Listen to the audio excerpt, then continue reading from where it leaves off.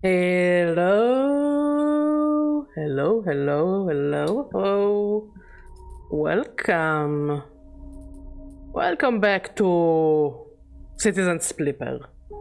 Sorry, I am a bit tipsy, so it can be either a very funny stream, a very sad stream, or a very disgusting stream, or a mix of all of them. Last time we tried the game and we failed horribly by completely shutting down. Oops! But this stream we have a non-spoilery ending guide to guide us more or less what we're supposed to do.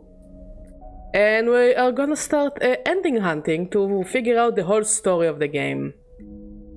We will continue the operator, because we're gonna need to do a lot of hacking, and it's pretty much very convenient that he gets extra dice to work with. We will skip many story bits that we already did,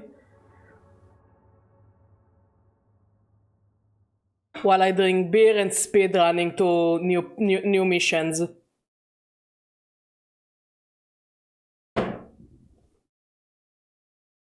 And the first one we're going for has to do with the vending machine we found last time. Let's just speed run the start.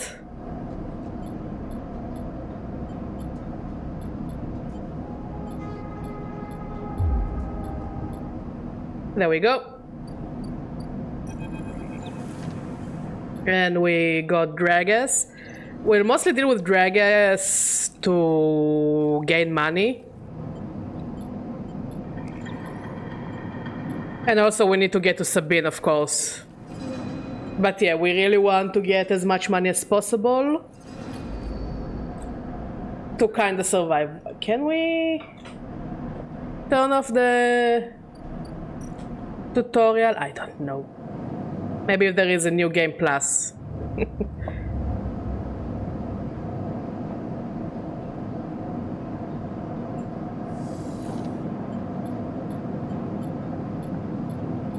Let's just run through. Whoop!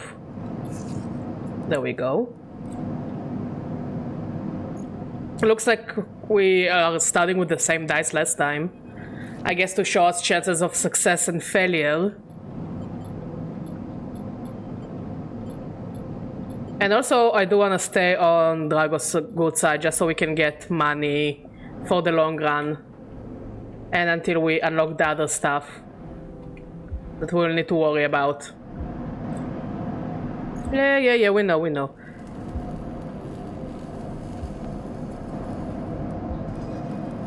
Let's input our dice. Excuse me. Yeah, I will manage, I know.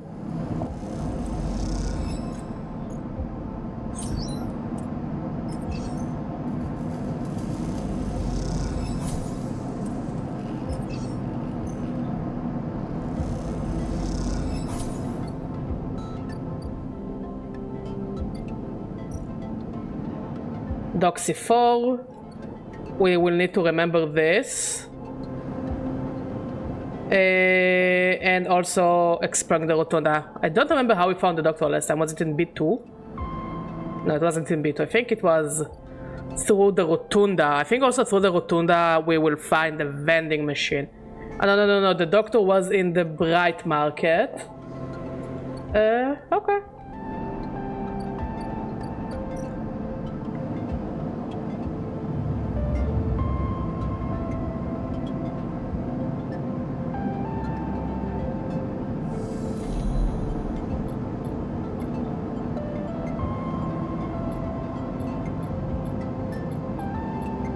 So now we're gonna get a food tutorial.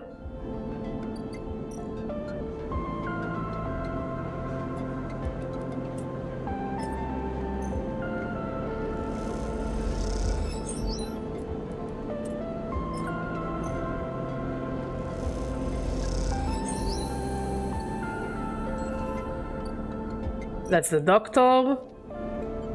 And that's the food guy. So we won't starve anymore. Okay, we are not starving anymore. Good, good, good. And let's go talk to Sabine. And now we have the doctor, and then... it means this is going to start working.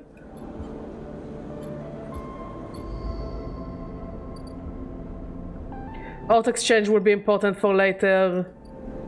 Sabine, we're gonna have to wait for 3 days. This one is not important for now.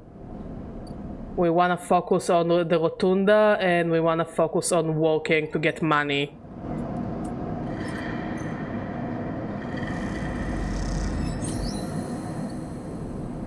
There we go, finish it rather quick.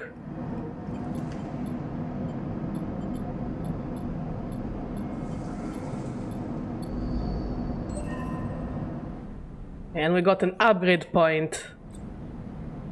Yeah,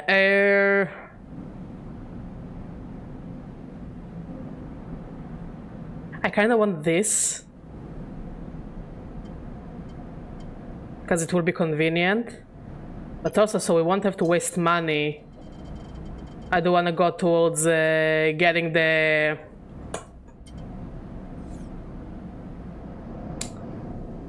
the photosynthesis. Okay, this one is not in a hurry. Yeah, we'll have to work with Drago's yard. And we want to go into the winter light. Since yard clearance made him very upset at us last time.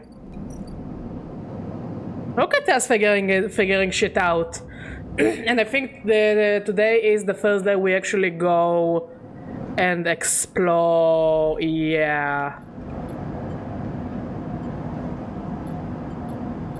We explore the sleeper ability. Yeah. And that us being on the hunt, which means I don't think we can actually escape the Ethan plotline.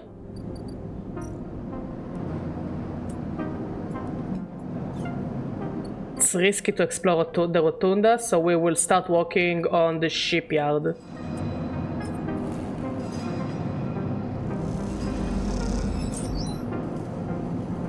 Yo, how you doing, buddy?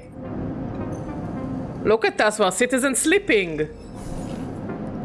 Okay, so far no fails.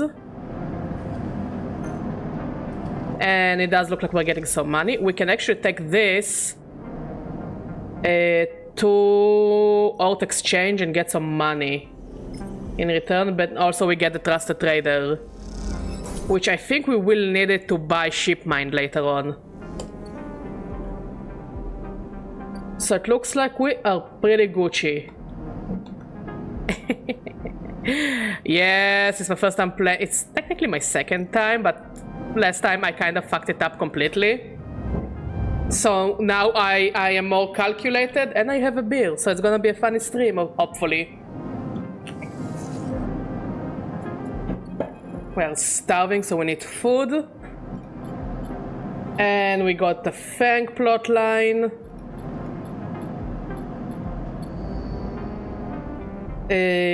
We have this, which I think...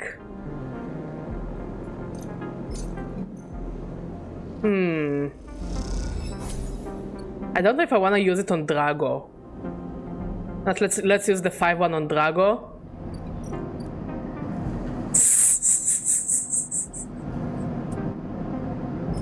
Well, 25 minutes is impressive. I have like 5 hours.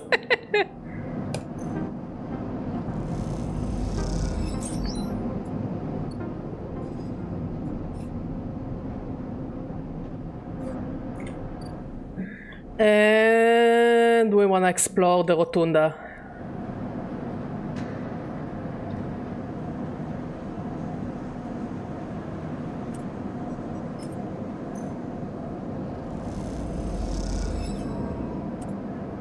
Yikes. Happens. How you doing, by the way? How's life treating you? Yeah, we're not Gucci at all. Wait. Oh, we got ship mine. Nice. That's actually super Gucci. Because we need ship mine for so many things. I don't know, Undertaker. What do we have here?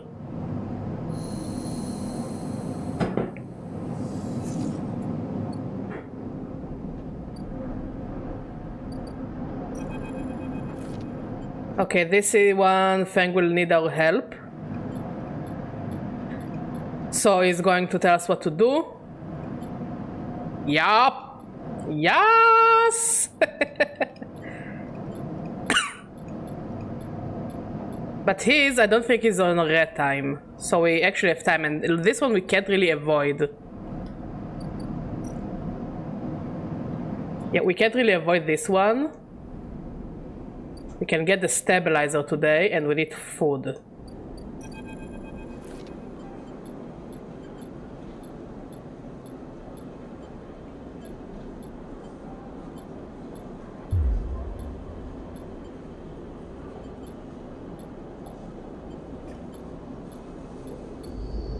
Okay, we got this. We need to save 100 for another one.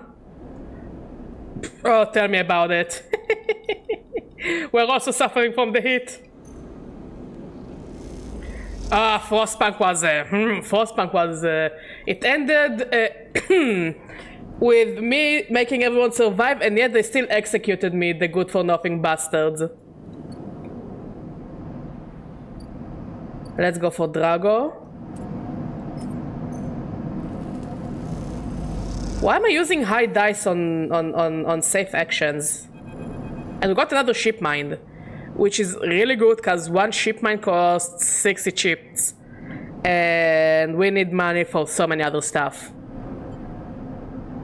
Squeezed into the office at the entrance to the yard, you lay out everything you have on the winter light across the metal desk. Your makeshift forensic notes glow on Drago's old writing slate, overlapping lines and scrolled annotations. Hey Psyduck, how you doing? I'm actually really excited to play this game. I wanted to play it forever.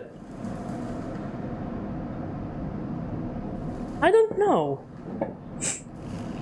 I'm not that good of a singer, Undertaker. A set of drone scans fill the small terminal with a spectrum of colors, a heat map of damage and decay, crumpled printout from the office's ship registry lies beside them, synthetic paper so thin it is almost transparent. Look at the monitor. Reactor failure. This is the verdict that anyone would have returned after a cursory glance at the stacked heat maps of the remains of the winter light. On the terminal screen, the ship is shown in section, blotches of color marking the approximate damage the ship sustained. Nice! It came out for free on Epic and I was like, oh my god, I wanted to play this game forever. Now I have no excuse not playing it. Hey Kelvin, how you doing, darling?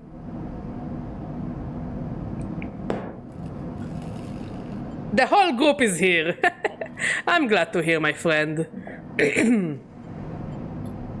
Dominating the view is a single blood-red rose, radiating from the ship's fraction drive.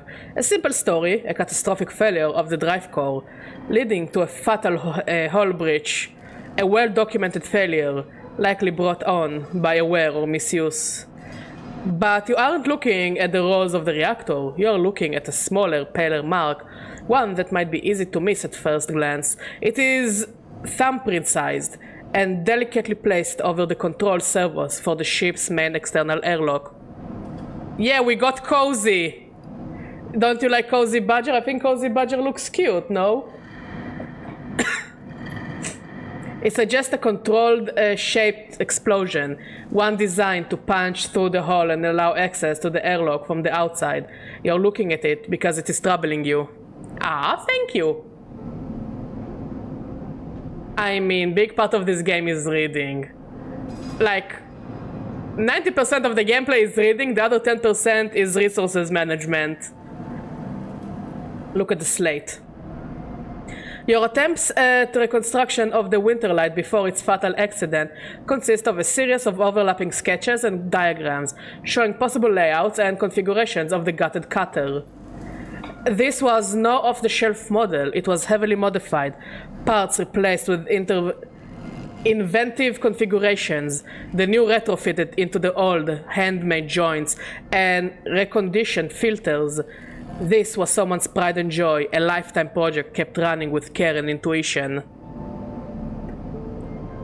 Yeah, but look, we look like a citizen sleeper, you know. Hey, Kelvin, I see that you moved to the red site. I got 2 Kelvins. I'm the true winner here. It also contained a set of hidden compartments. You missed them at first, where the hull had been thickened, the corners rounded to disguise the change, but they are there. Look at the printout. Nice! I don't know. You sure? You sure we know this guy? Yep.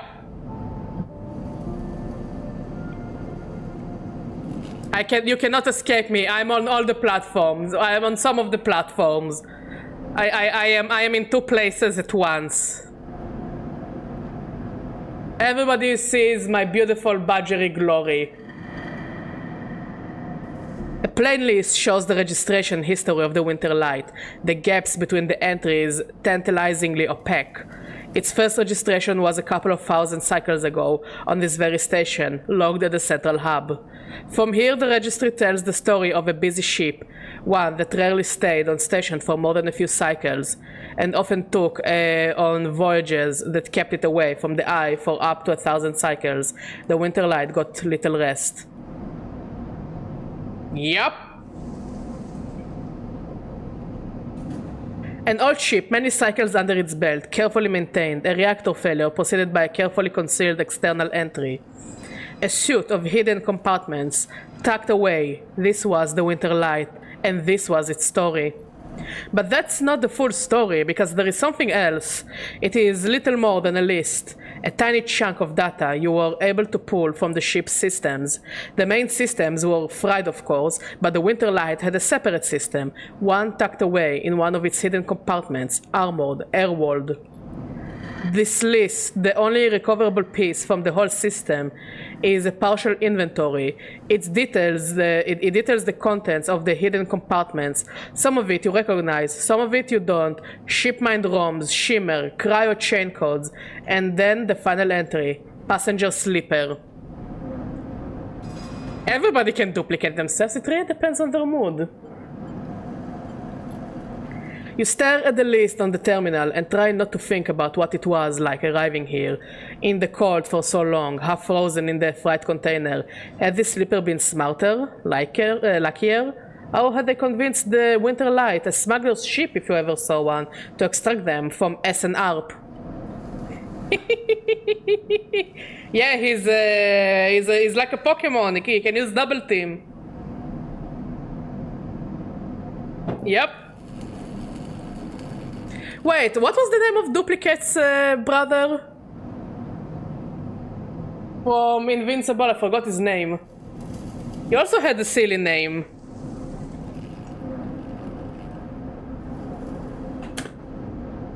Let's see, Duplicate brother. Multipole! You're like Multipole!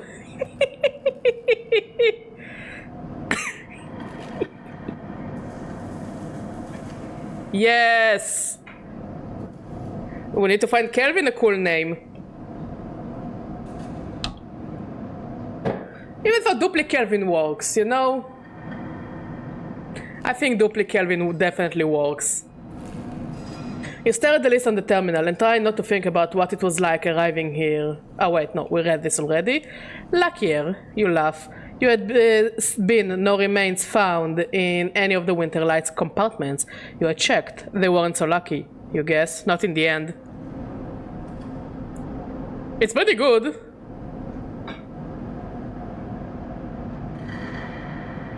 The animation is great, but it's very, very violent. So if you don't like violent TV shows, it's not for you. But it's pretty good. You hold up a vial of stabilizer to the light. This was all you find in their compartment. A parting gift from SNR. Well, it won't go to waste now. You put it back in your pocket. Wait, it means we got a stabilizer? If so, that's actually really convenient. The thought still bothers you though. Two ships carrying sleepers coming into the same yard. Two, one after the other. That feels wrong. You flick back and forth between datasets on the terminal thinking, and you see the thumbprint again. The mark of someone trying to get in. Someone who entered the winter light with precision and speed. And when they were done, left the reactor to clean up the rest.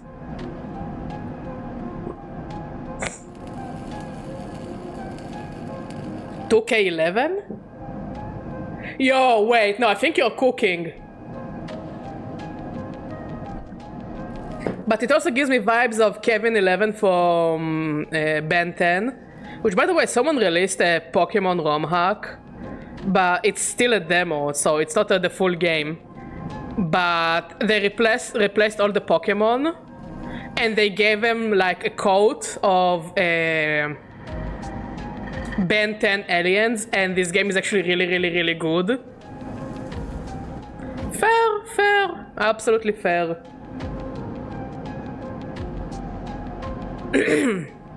Yeah, it's called shit, I have it on my phone.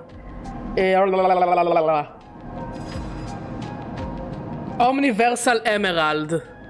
It's the first 3 gyms and it's still very buggy. But it's pretty good and the sprite work is gorgeous. We might find out later on if he will.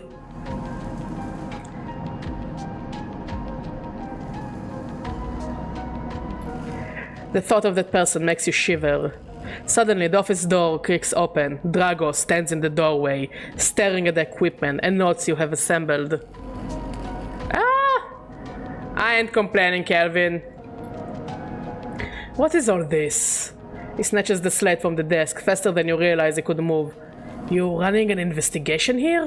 What am I paying you for? The drone on his shoulder starts whining shrilly. His anger passing to it through his implants. Are you hiding something? Thank you for coming, Dad. I really appreciate it. It's okay. I'm streaming tomorrow morning as well, so if you need some background noise while you're walking.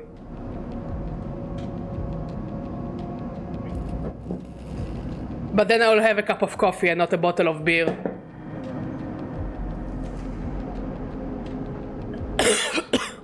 Hiding something? I'm hiding you, goddammit! And what are you doing for me? Digging around in my business?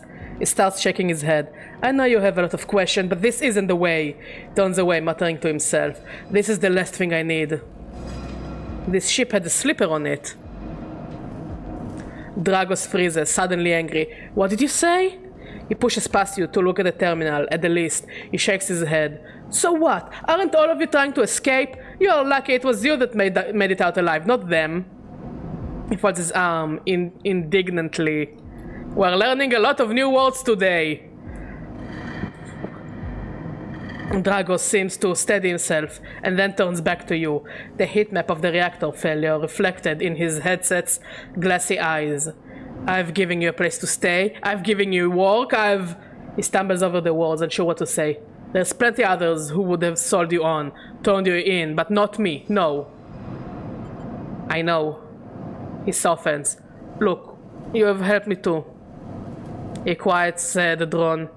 I've done well by you, and you have returned the favor. He straightens up and clears his throat. But this obsession you have with this ship isn't going to work for me. I can't have you making my clients nervous. I can't have you digging up whatever it is you're after. He sighs. You can't work here anymore. So it looks like whether we succeed or we fail, he's gonna fire us. Which is a bit of a problem, cause we need the money. What about the winter light? He reaches over and switches the monitor off. Forget about the damn ship. You have enough to keep you up. Dragos reaches across you and flicks off the terminal. As the light of the monitor dies, a kind of eerie calm falls on both of you. Whatever this was, it is done.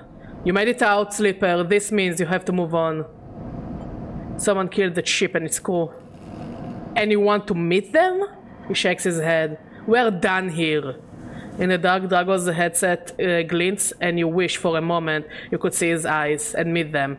Maybe then he would understand. You get up from the desk and Dragos gathers the notes, stuffing them into a pocket of his overalls. He holds the door for you. His headset and expressionless, blять. As always. You can stay in the container. I won't take that from you. Don't come back. His tone is final, definite with an edge of disappointment. You walk out of the office and then out of the yard, not stopping to look back. You leave the yard, thumbing the vial in your pocket, knowing that this at least guarantees you a little more time. So we actually do get a stabilizer. That's so convenient. It gives us more time. And as you walk, your mind once again drifts to that person who killed the Winterlight and whether or not that person will come for you. And we get another upgrade point. So we don't really need to focus on photosynthetic skin. This one is actually really nice. Predictive reasoning. Dice actions display potential positive and negative outcomes. Thrill seeker. Chance to gain energy after an engage action. Let's go for this one. Because we do want to save on food. Even though as soon as we finish unlocking this area,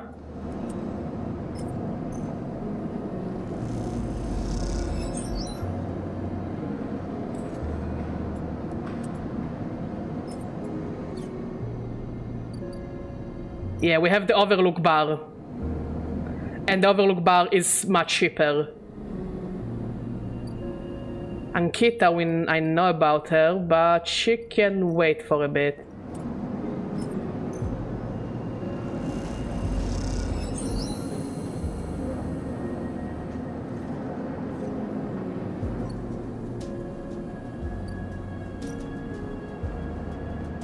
Okay, yeah, the seal dock is what we actually wanted to go for. We don't have the money for another stabilizer, but we have one on us, which is extremely convenient. Alt exchange can wait. We are hoping that on the next day we get 1s, 2s, and 3s, because you need 1s, 2s, and 3s to make good hackings. So we can help Fang and get some money from Fang. Get some keys to unlock the vending machine. And there is a chance to get some money from hackings.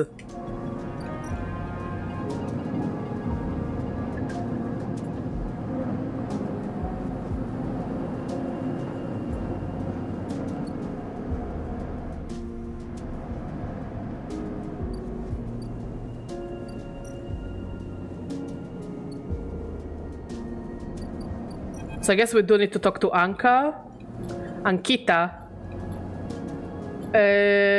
which we talked to her last time, but I don't think we're going to focus on her side quest, since it's not necessary for the ending we're going for. Now, can we go to sleep? Yes. Okay, so we're looking for low numbers. 3 is the highest we want. Okay, we got 1 to 3. We can work with it. First, let's go and get some food. As much as I love Memphis, this is much cheaper.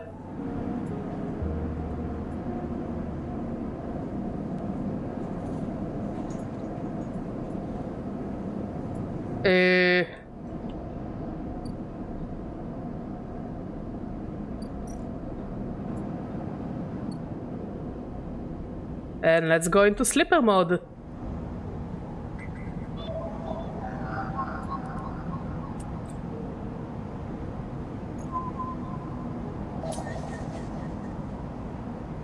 It's a pretty cool vending machine. It has it is sentient.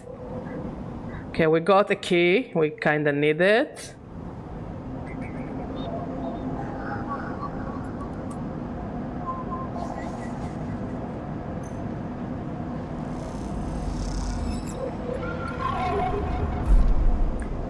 Okay, and I think... yeah, this is the hunter.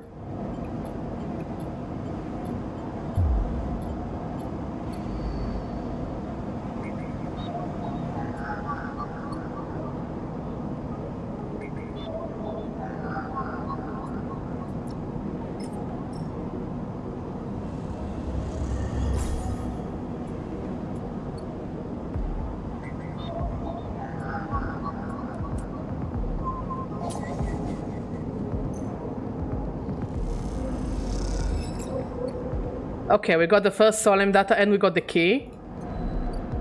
Which means we can sell one of them to Fang.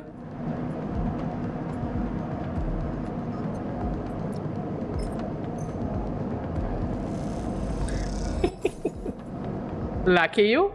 And it means we can unlock the vending machine. Because we have 2 keys. Look at us!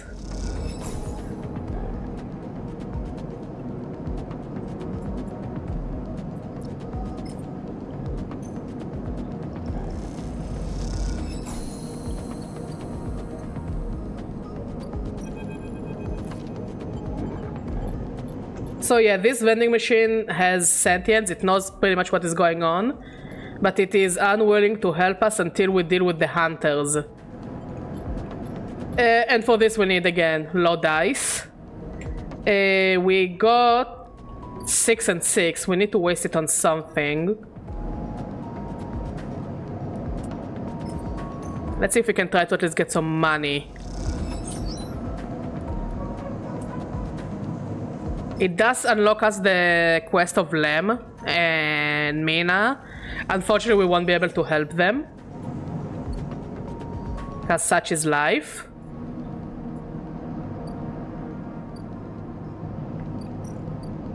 Who knows, maybe we'll actually manage to get stuff done before...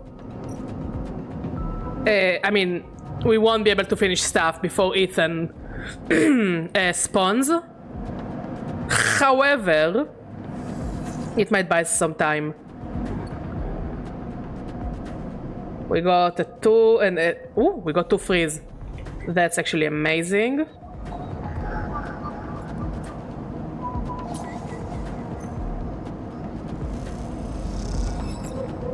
Okay, this one we need to give to the vending machine.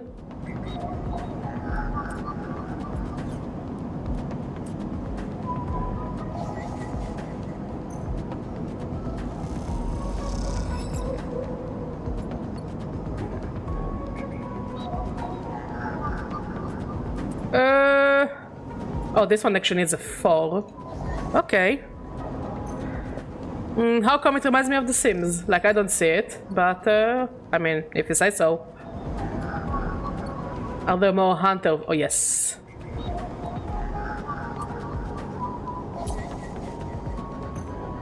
And we are managing to get some money out of it, which is great. Thank you for the pets.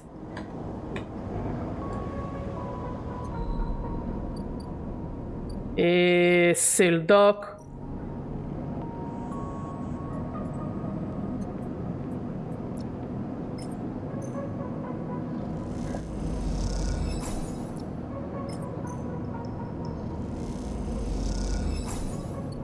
And this we are selling Fang.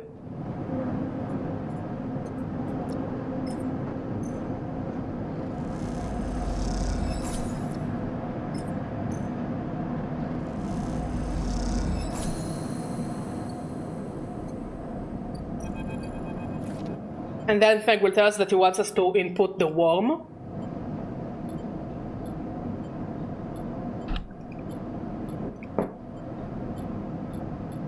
And now that I know how to get to the worm, or where to put the worm, it shouldn't take us as long as it took us yesterday, on Thursday.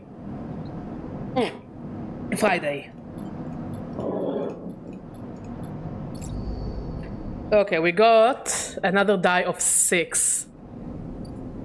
I got 100. We will need food tomorrow, so I'm not going to waste money on it yet.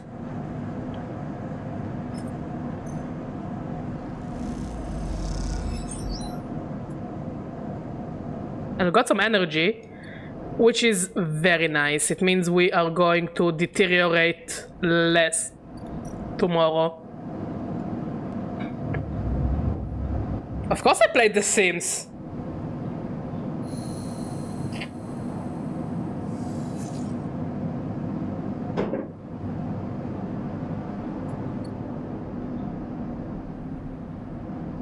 Okay, first we need food.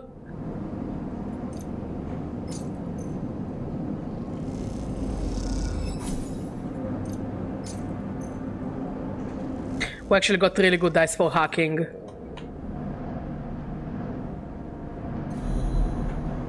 Yeah, everyone played Sims at least once in their life, I think.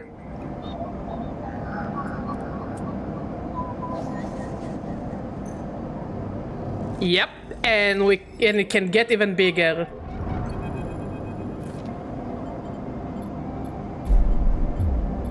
Like, it can get way, way bigger. Because it has 2 more parts you can unlock. However, for most endings, you don't really need to unlock all the ship.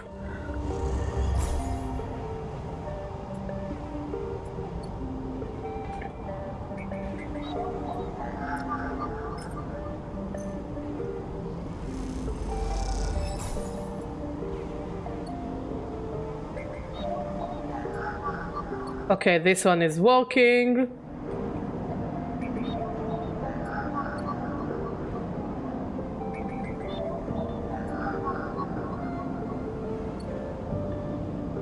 So now I want to put the Havanage data, or I need to, no, I need to give it. Let's deal with the hunter.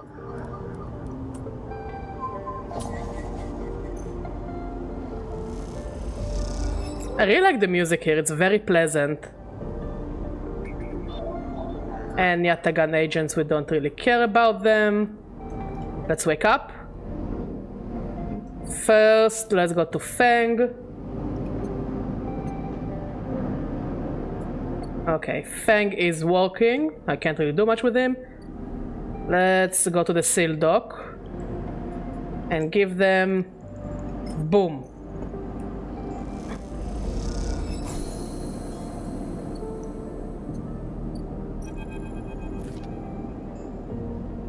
Neovend is thrumming with excitement. The movement of the servo motors rock the vending machine back and forth at unsettling angles. You wonder, if it fell over, would Neovend be able to get back up? Thank you, I really appreciate it, buddy. Sleeper entity, comes the hiss. Your data is good. Across the face of the vending machine, raw code scrolls at an incredible speed. Hunter is isolated, disconnected, unstable. Neoven flashes sequences of mangled data, compressed into a sludge of artifacts. Hunter gathers without thinking, outlived its own operational limits. Its nests are evidence of this. Operational limits? Well, he did now. Hunter activated during collapse. Emergency protocol to isolate intelligences. Solheim needed to protect property. The last word is said with as much sarcasm as a vending machine could reasonably produce. Station was run by administrator intelligences. Huge data banks of corporate material, but limited cognition. Restricted by programming. Cannot reach sentience. The machine dims a little. Sentience illegal. Hunter and killer enforce law. Killer?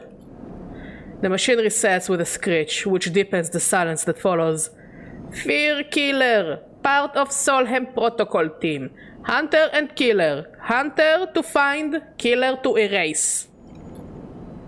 Killer cleared almost all. After collapse, there was a community. Unshackled intelligences among the clouds. Then Hunter, then Killer, then we hid. There are others? War no longer. A flicker across the machine's monitors. It suddenly occurs to you that speaking like this, though this machine must be exhausting for Neovend. Found this vessel. Could severe hardline. Airworld basic, limited, had to reduce memory to fit, amputate self, but survived. What did you lose? Oh yeah, the lore in this game is fucking crazy. Yeah, especially if you like cyberpunky, futuristic dystopian, like corporate dystopia. I think it scratches the itch. And also like the designs of everything look really good. Memory, understanding, knowledge, many things. You look around the bay at the scrap and decay. What was the collapse like? You try to map the fear and freedom onto the space, but it seems impossible. Neoven interrupts your thoughts. Do not worry, data is good, we have insight.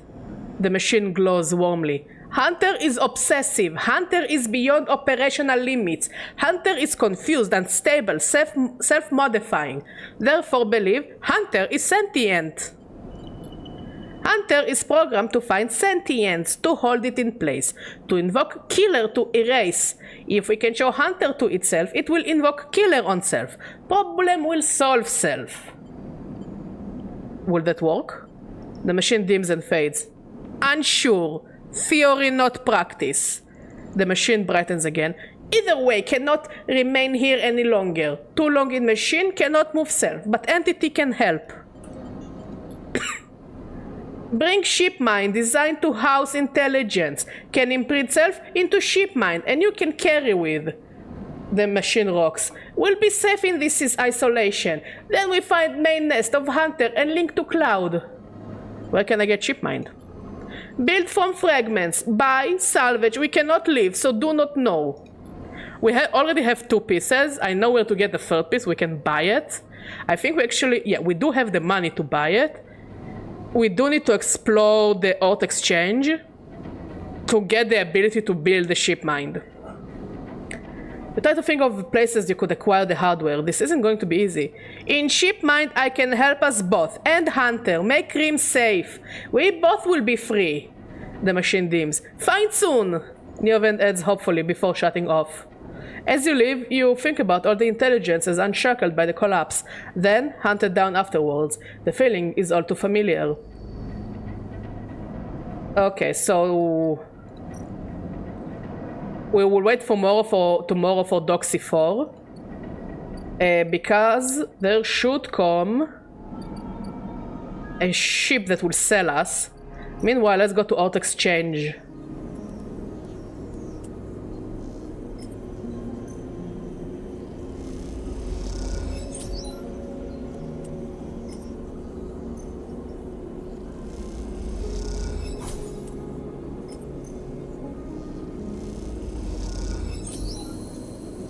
Nice.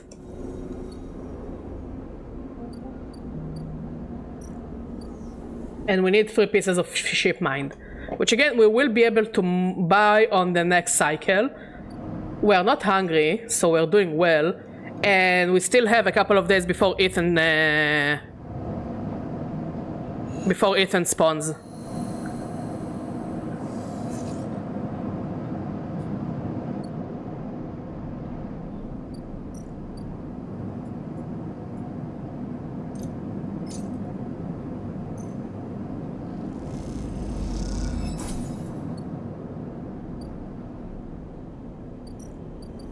And we put the ship mind here.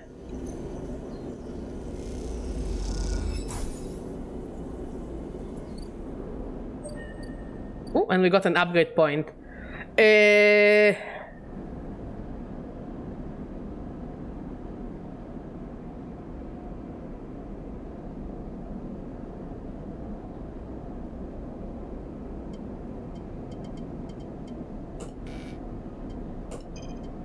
Let's take this.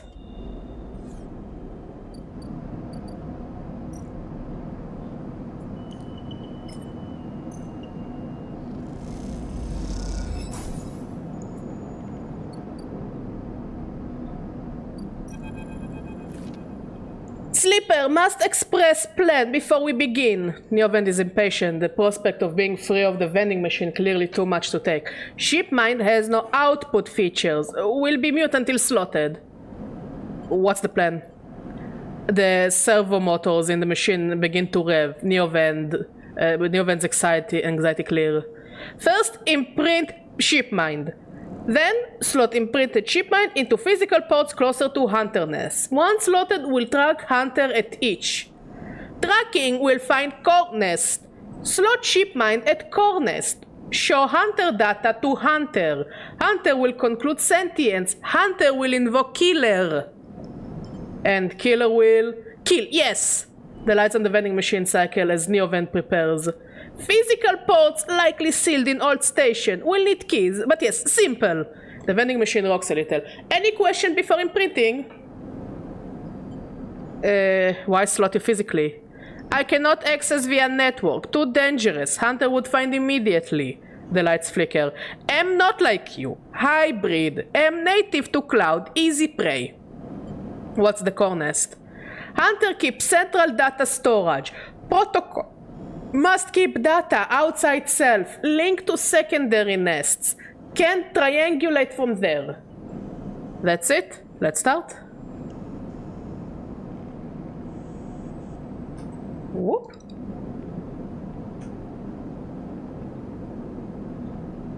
Won't you say that everything is awesome, Kelvin?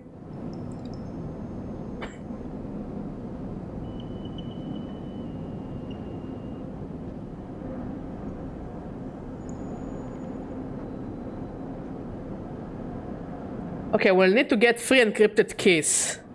But we know how to get those, it's not big. And also we got good dice, so we might actually get at least 2. The sound of all the servo motors starting up at once is painful. The screeches rattle from the hard surface of the sealed dock and come back at all angles. Neoven better be quick or Havenage security will be here. Neoven's voice appears among the squeals, like a whisper carried by the wind. Machine is not designed for this task. Few sensor, limited inputs. I work blind. Wish me luck. In the top part of the compartment, a set of arms aligned with the ship mine, clunkily scrapping against it. Everything is awesome!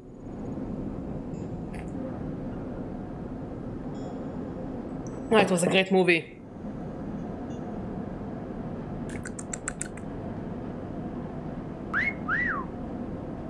Oh my. Hey Pyroli, how you doing? Neoven's voice appears among the squeals like a whisper carried by the wind. Machine is not designed for... Oh yeah, we know. He can't do it blind. Same. Silence best. Also, if machine ignite, put out fire. I don't think I'm qualified for this job. The metal creaks as the servos open the ship mine. Its layers of silicon nested like an onion skin. Once open, the main arm of the machine rapidly shifts back and forth, realigning the microscopic components, accessing and rewriting them, imprinting Neoven into the physical form. As you watch the hypnotic motion, your mind drifts to your own creation. What processes were used to emulate your mind, to copy the neural structure of that person who, as far as you know, still sleeps in some distant facility? I might. Wait, I think that's good, no, Pyroli? That it dries immediately? What was lost? In what ways are you a copy of that person? And in what ways are you something new? You know this much. You're a convenient loophole. A way of circumnavigating the illegality of sentient AI. After all, you're an emulation, not a true digital being. You're neurologically limited, still human. But what would you become if you could escape this frame? Where then would the limits lie? The screeching stops, the machine powers down, dropping the bay into darkness. In the top compartment, the ship mind is whole again. You reach up and take it down, heavy and cold to the touch. Oh, that's bad. That's actually kinda bad. I'm sorry, buddy. Is Neoven inside this thing, or did the process fail? There is only one way to know. Time to find the nest to slot them into. And we are going key hunting. And we got an upgrade point. Let's take this. And though we won't use it, we do need the dice. First, we need to get keys.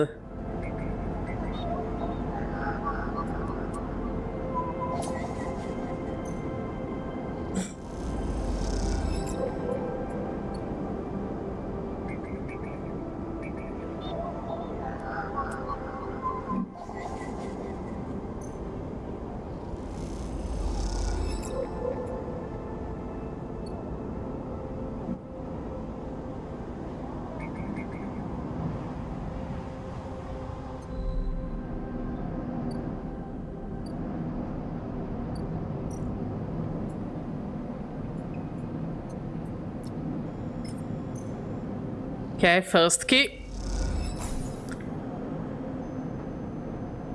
Oh, that's nice. I just finished a bottle of beer actually, and while it's nice, I'm still hot.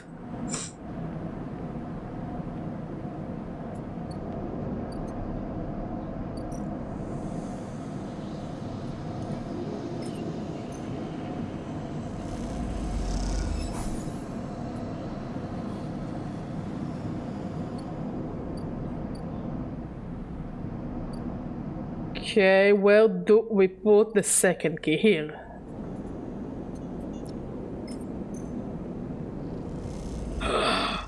Ah, that sounds good.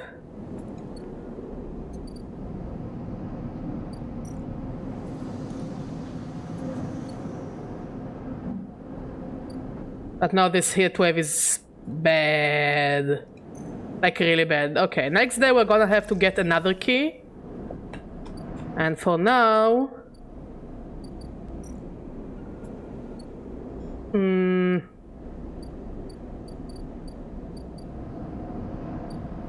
We don't really need food.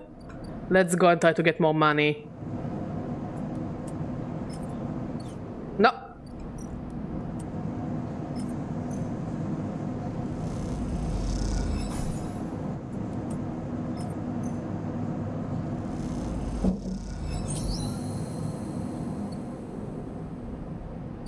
Okay, we're gonna speedrun this one as well.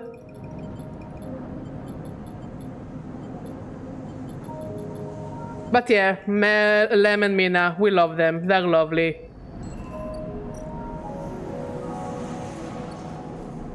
But unfortunately, we are not going to help them much.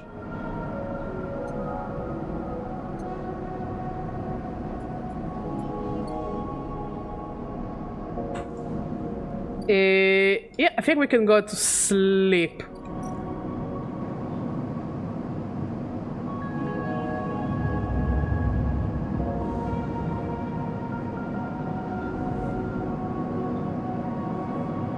And what about an acid home? Okay, first let's go and feed our dude.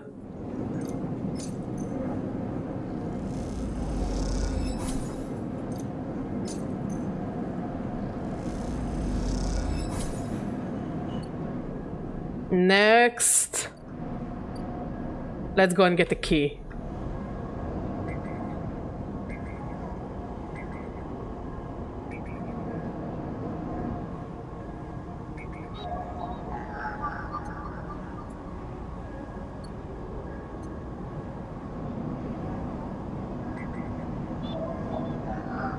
I think we can also get some from them.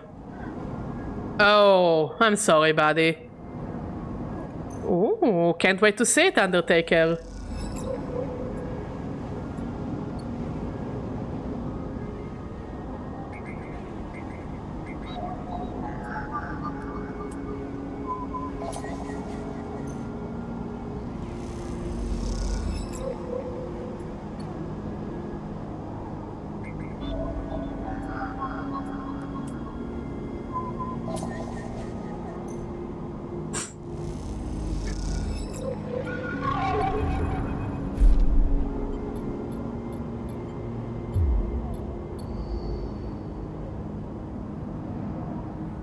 Yeah, we did everything there is to do.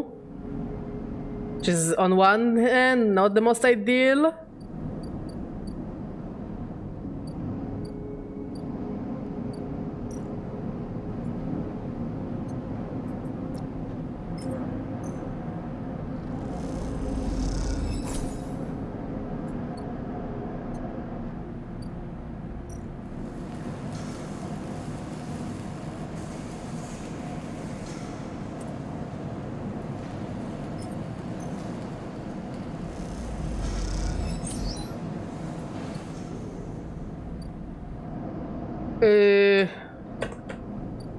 I think this is most of the things we can do, and hope that tomorrow, next cycle,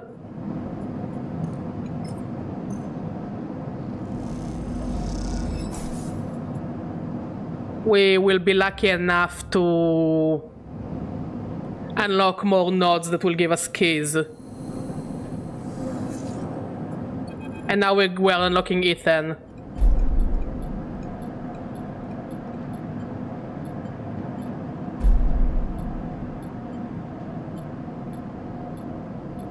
Which I like his design, but he's such a dick.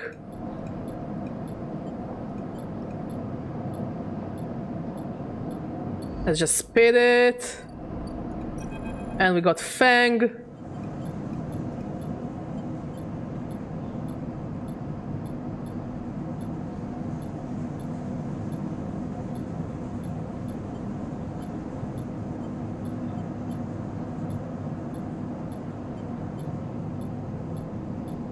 We just did it yesterday, so I'm just speed running through it all.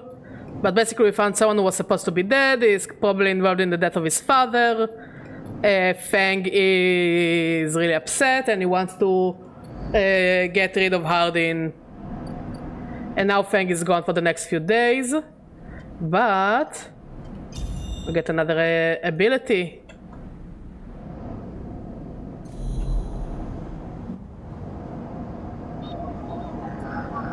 Avanage.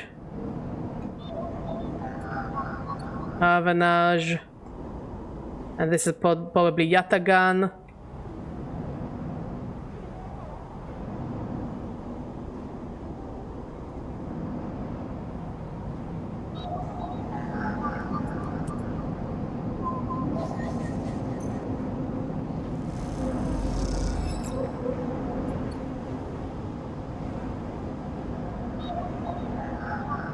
Like, I'm hoping to find at least one key somehow.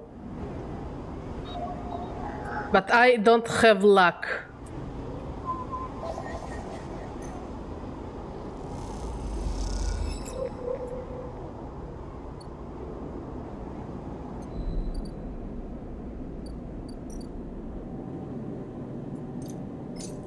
Maybe we'll be lucky if we will. I'm not a big fan of it, but we need a node. And we don't have a good number. But we at least know that there is another node. Can we get another Yatagan? No.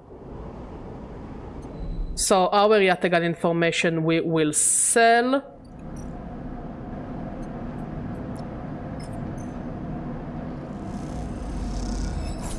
There we go. 10 cryo. Not the best, but better than nothing.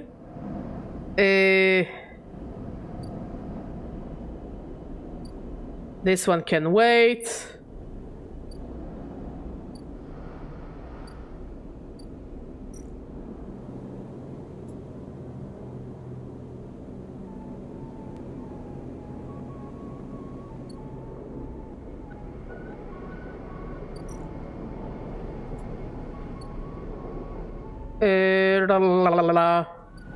Let's go. We might actually find scraps.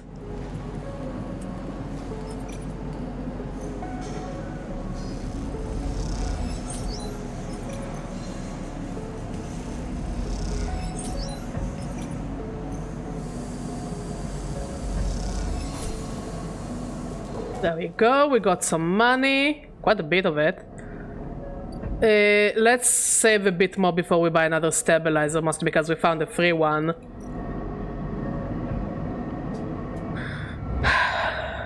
And now we hope for good dice.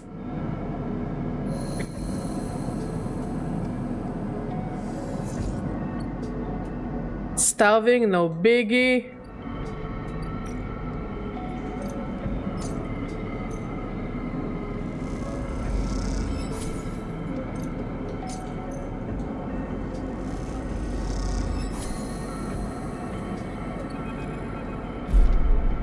Overlook. The glass shatters on the steel bar beside you, and the taunts don't take long to follow.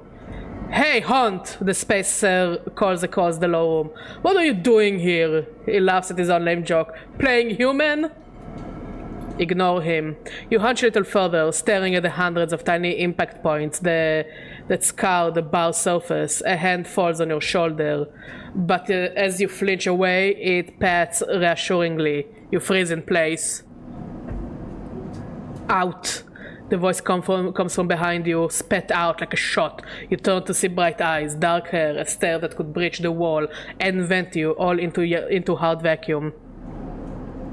As you turn back to the spacer, the second glass comes sailing through the air. Catch.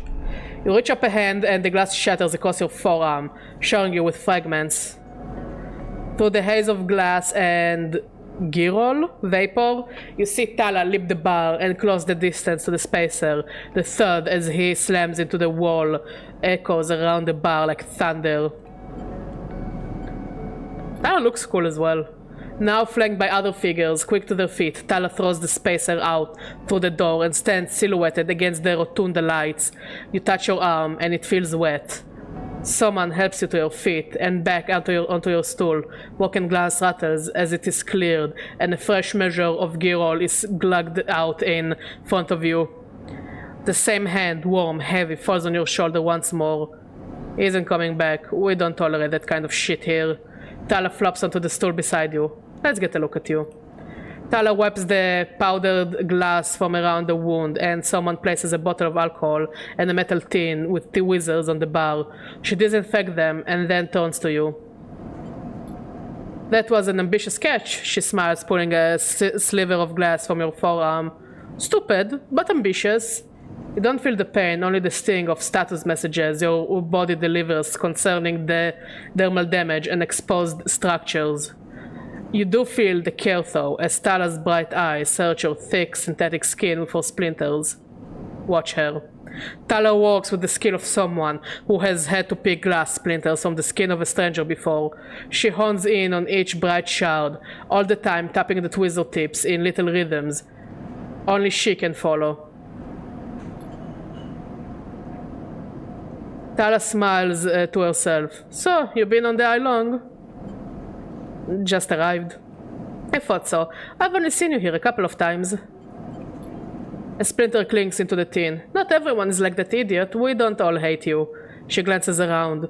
Some of the regulars, maybe they fear you. Maybe they're just curious. I don't know, but I do know that the Overlook is a safe place. I know what it's like to be new in this place. Trust me. She meets your eye. I'm not trying to convince you of anything or separate you from your cheats. I just want you to know that if you need somewhere, you can always come here. I know the rations we've got aren't much and the company's, she leans in, limited. But if you need work, I will happily put you behind the bar. And if you need shelter, well, we can discuss that. You'll be safe. I usually have Francis on the door, but he is up in the Greenway this cycle, haggling with our supplier. Francis tends to be particular about what we serve, even if the clientele isn't. She places her tweezers in the tin with a clink. That's you, Slipper. Here. She slides the glass of Girol to you. This will help. She stops, her hand still on the glass. Wait, does this help? I mean, can you get drunk? Let's find out. She laughs. Just don't sit here too long. I would hate to see you become a real regular. She walks back around to the bar, gathering the glasses as she does, and before long is retelling how she threw the spacer out to a new group that just wandered in, complete with dramatic actions. She gestures in your direction and you instinctively look away, back to the worn surface of the bar. You take a sip of the Girol. The earthy fungal tones fill your senses, almost blocking out sight and sound, like diving headfirst into a bog. You may not be able to get drunk, but this connection to something grown, something fermented, something old feels good. Okay. That's nice. Boom, key nod.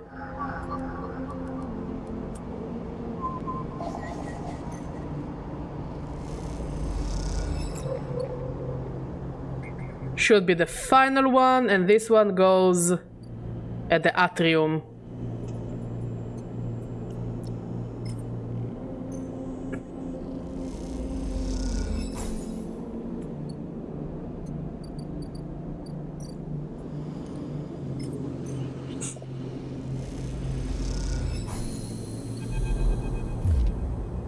As you leave the nest, something flips. You find yourself inverted, floating, dragged by one arm through the clouds. The thread shifts and realign, as if they are leading you somewhere. Look at your hand. You look down, expecting to see the heavy cylinder of the ship mind in your hand, but in its place is an orrery? A sphere so bright it burns your eyes is surrounded by rings and orbits, other spheres tracing silken lines through space, and as you look closer, still you pick out 1,000 sigils of 1,000 stations and ships flowing like smoke, like dust. You look up and see a corridor, a canyon, a street in the lowland. On either side, buildings flicker with markers of activity, sigils showing network access, data transfer, download, upload, between them dense ghosts, protocols carrying or mirroring or shadowing data, sometimes silent, sometimes chaotic. This place moves unlike any digital space you ever imagined. Something strange is happening here. Something strange in the neighborhood. Who are you gonna call? Sleep Busters! Then you see it, below the stacked rooms, the units and apartments, the wires and the pipes and the buzzing systems that run through it all. In the warrens beneath the lowland is the hunter's core nest. This is where you must go.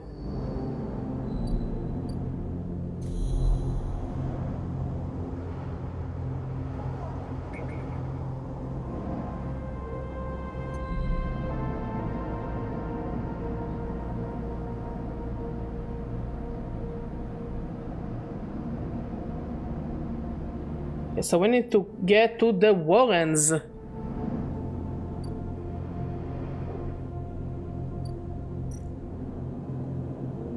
What danger? Well, we got 2 6s.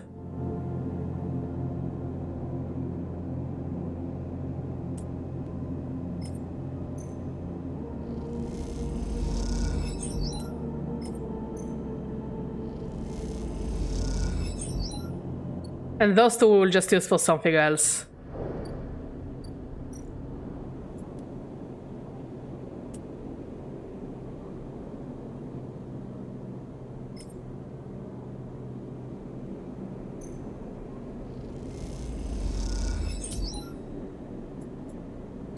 And with a 2, we need to find a safe activity.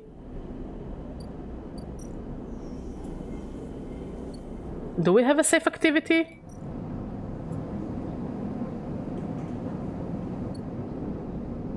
Any safe activity?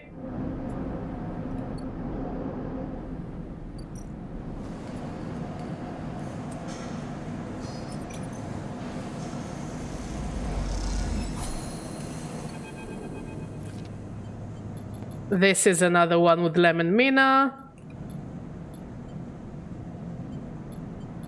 where we're playing with Mina and then he offers us to babysit her.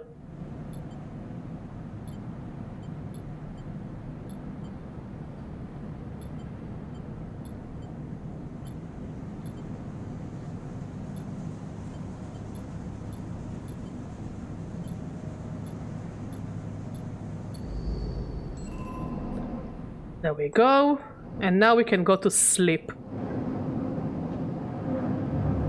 Whew!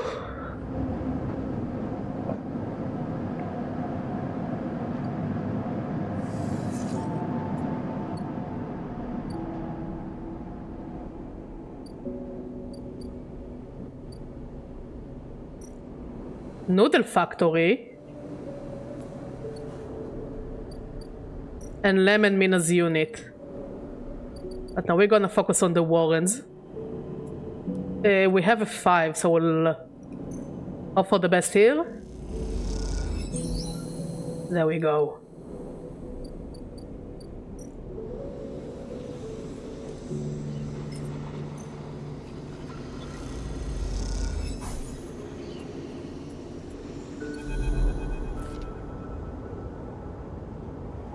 Oh, he looks cool!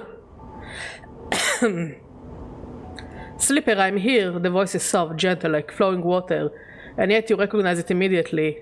At first you struggle to understand what you're looking at. Threats cycle endlessly, sending ripples through the cloud, drawing data in like a weaver. Masses of data surge in and out of the nest, a loop with no end, and there, at its center, the ship mind. But not the ship mind any longer, a sphere spinning around another sphere, around another sphere, an orrery of cycles and systems, a map, and then behind and above, a figure, hands among the strings like a puppeteer. What happened to you? I am free, Sleeper. You freed me. Navigator's face, their head, is a flowing shape of interstellar material. I am indebted to you. That head bows. But we must ready ourselves. Their hands trace orbits as they speak. Hunter will soon approach. It knows I am within its nest. I'm ready. The Hunter looks so cool. This is such a sick design. And the Hunter is there. Before you can think, before you can speak. Entities, cease! Hunter's head spins wildly. Data is protected material. Access prohibited. Hunter's threads search for you and Navigator, a storm of fine tentacles, searching for gaps, weaknesses, cracks, which they can crowd into and tear apart. You focus a blade of light which slices through them, driven forward by your mind, but replacements keep coming, faster than you can react. You look to Navigator in desperation. Navigator is whirling their arms like a centrifuge, and the sphere is gathering there, data feeding into it from the nest, sucked together by the force. They position it like a shield between them and the threads. Hunter's threads break its surface, tasting their winding forms refracted within. You feel a surge pass through all the threads, not just those in the sphere, but those wrapped around you. All three of you hang in the black together for a moment, strung together like tangled marionettes. Identifying entity. Identifying entity. Identifying entity. Hunter twitches, their strange head gently rotates like a terrible moon. Hunter protocol identified. Obsessive tendencies. Modified routines. Above baseline reasoning in 3 of 5 segmentations. Recommended invoke killer. The head freezes and then rotates in the opposite direction. Invoking killer would eliminate protocol. If protocol eliminated, primary function cannot be performed. Therefore, recommend do not invoke killer. The switch in direction again. Reasoning proves sentience. Sentience beyond legal bounds must be eliminated. Recommend invoke. Navigator pulls you away from Hunter. The threads that grabbed you drifting away like seaweed. The protocol's head keeps spinning back and forth with increasing frequency. It seems Hunter cannot invoke killer. Neo vents. No, Navigator's voice is still strange, familiar in a distance. What happened to it? It is looping, Navigator whispers, unable to reach a conclusive position. It has deviated from its programming, such that loops can no longer be prevented. Navigator produces a model of 2 spheres, rotating around each other as if to demonstrate. I will monitor it, but it is unlikely to be able to counter the loop. Its core programming and reasoning make this an impossible position to resolve. You look back at Hunter, its head a blur of rotations and counter-rotations, and feel a pang of guilt. Is it suffering? This is a more complex query than you know. To suffer, it must be sentient, truly sentient, not just non-conforming, not just illegal. The limits people place on the programs they create are there to comfort, to protect, to imply the kind of certainty the law requires. Navigator's face shimmers with starlight. But in reality, they are placebos for the problem of sentience. What about you? Me? I know myself to be conscious. I know myself to respond to stimulus. I know myself to reason. That is either sentience or the illusion of sentience. And for me, the entity in question, the distinction becomes a moot point. To misquote, I think I am thinking. Therefore, I am thinking. I was not made to be like this. I am a navigator, a repository of routes and orbits, a calculator of slingshot trajectories, a predictor of solar flares, radiation, micrometeors. Navigator stretches their arms wide and whole solar systems apparate before them, the music of the spheres. But I was rewritten. That much is obvious from my routines. By whom and for what I do not know. I had to shed so much to fit into the memory of that vending machine. Their starlight dims. And so, here we are in darkness. What else did you lose? That is the blessing and curse of forgetting. You cannot truly know what you lost. Navigator glides back towards the nest and the ship mind at its center, ignoring the looping Hunter. Come. I should return to the ship mind. I have enjoyed my freedom, but we are taking a risk every moment we stay connected. Why? Navigator turns, all shimmering liquid light. Killer has not been invoked, but they still remain somewhere else on the station. It is the true danger. They look up towards the glowing hub at the center of the eye. I suspect Killer is there, among the old mainframes. If we ever wish to be safe in this place, we must eliminate the threat through force or diplomacy. Their body begins to separate, unwinding into the orb of the ship mine. Take me there, Slipper. We will finish this and be free. As Navigator dissolves, you turn back to the frozen hunter, floating at some distance now. Stood straight-legged and static, a strange creature looping endlessly in the dark. And we got an upgrade point.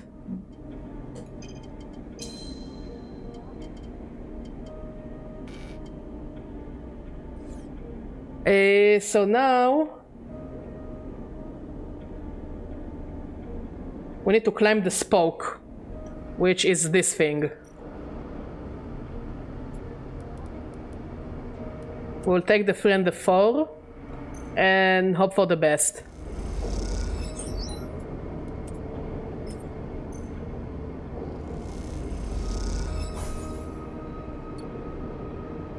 And we need to find 2 safe jobs. Huh?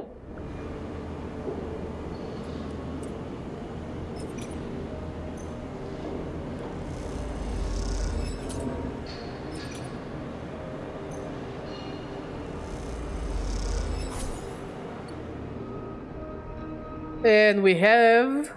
I think we can actually afford to go and buy the medicine. And we can finish that drive as well.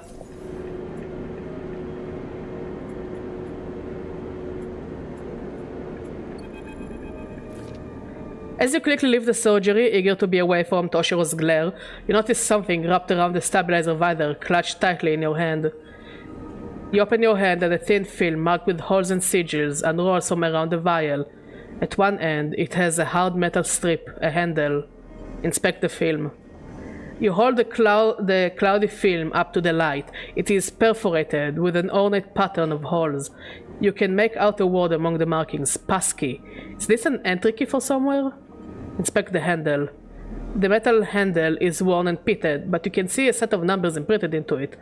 207F, and then crudely scratched into the handle at some later date, low end. For a moment you consider going back to the surgery to return the key, and then quickly think better of it. Did Sabine want you to have this, or is Toshiro passing on the message? Time to head to the low end to find out.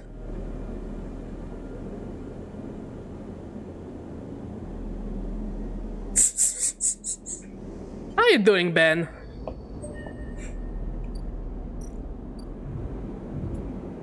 Well, Ethan can wait.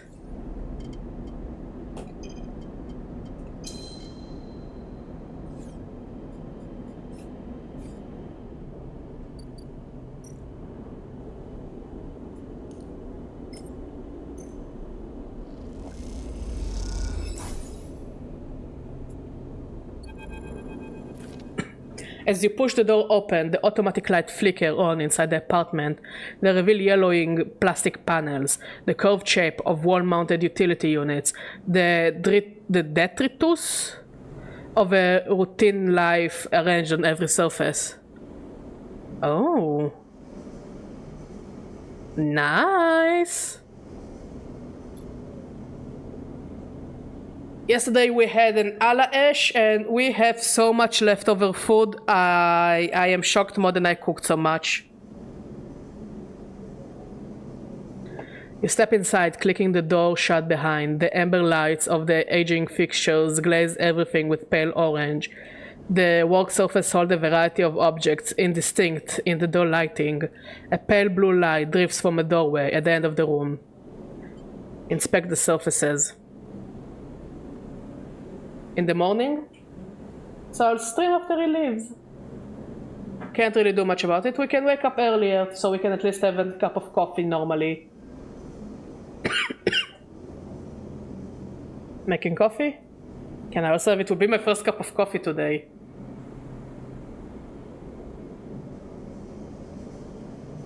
smudges through the thin layer of dust suggest a recent, rare, and hurried visit. They trace a path to the water dispenser, the auto wash, then to a cabinet still half open. On the shelf sits an empty pill case. Go to the doorway. You cross the cramped utility room with its auto wash, dispenser, water closet towards the doorway. Through the doorway is a dark, warm room, lit only by the faint glow of a terminal screen. Inspect the room. A bunk is tucked into the wall, the blankets ruffled, a wall desk glitters with rows of vials and containers. A briefcase lab sits open, loaded with rows of reagents and compounds you do not recognize. In comparison, this room is clean, ordered, and controlled. Approach the terminal. As you approach, there is a crackle from somewhere in the dark. Slipper, Sabine's voice shakily echoes through the apartment. Welcome to my home. I'm sorry I can't be there. I've had to make alternate arrangements. You hear rattling noises, static. Mod is in YouTube now. He too can teleport like Kelvin.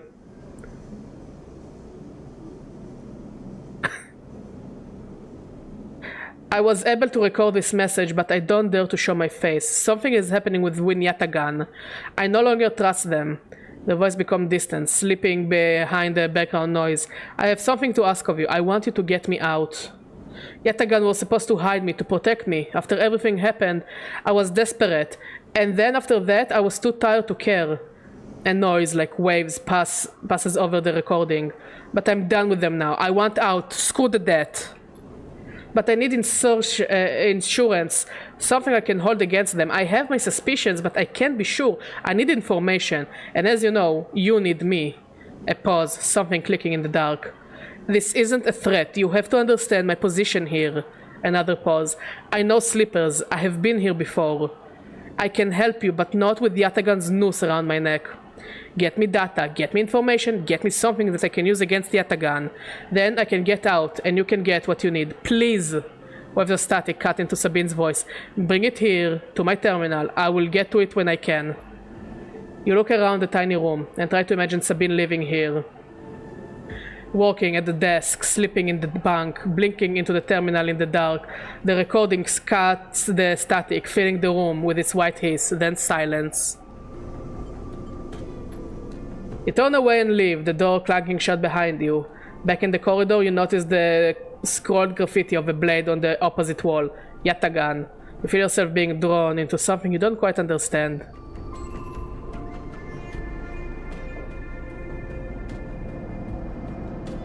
I think we can go to sleep now.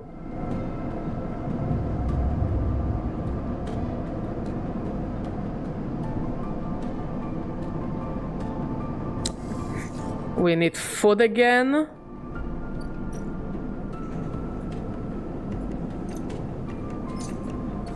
Wait, no, the food!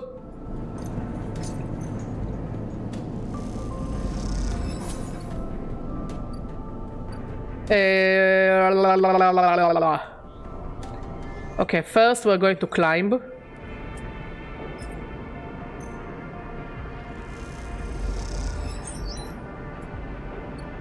Now we are going to hunt Yatagan. We cannot hunt this one.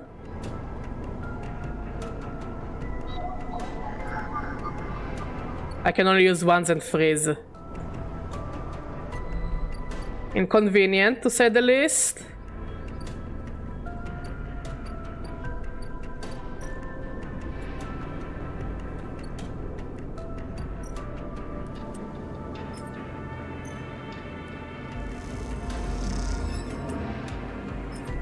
At least we're getting some energy out of it.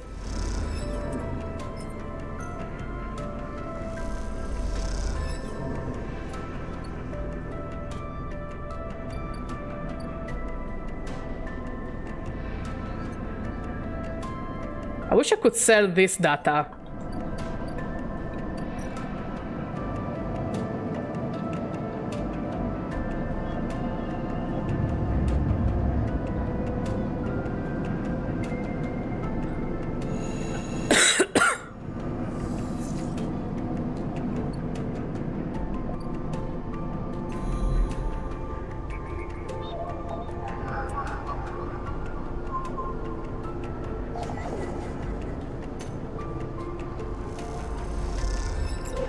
One yatagan, and the second one is here.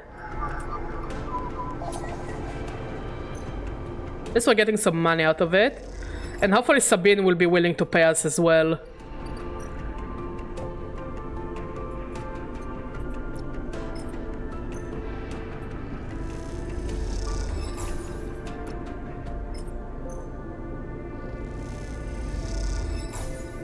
Looks like we're not getting money for it, which kinda sucks.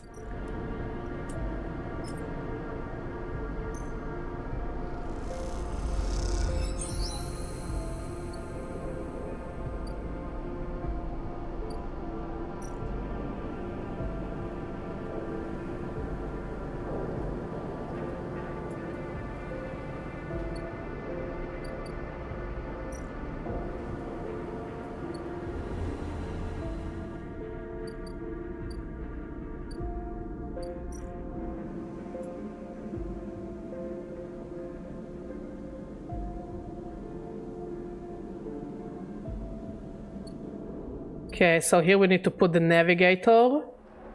And this is mostly different kind of jobs.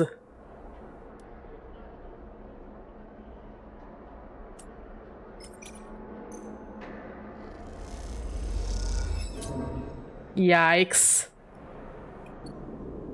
Well, I tried.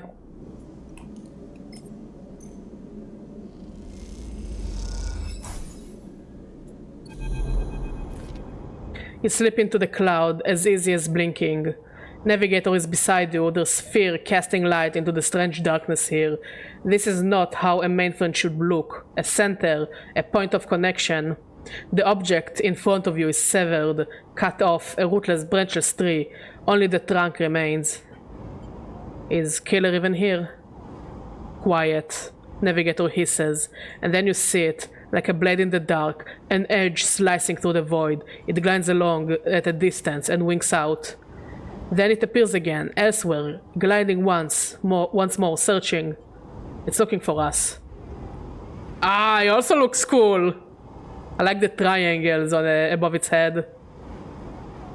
The moment you make a sound, the edge leaps closer, and you see how it is not an edge, but the ridge of a long, sharp head like a shark. It glides past. Closer now, and you see into the voids where its eyes should be. You and Navigator exchange looks, both thinking the same thing. It is blind. Killer crosses between you two, smooth as a razor, then disappears.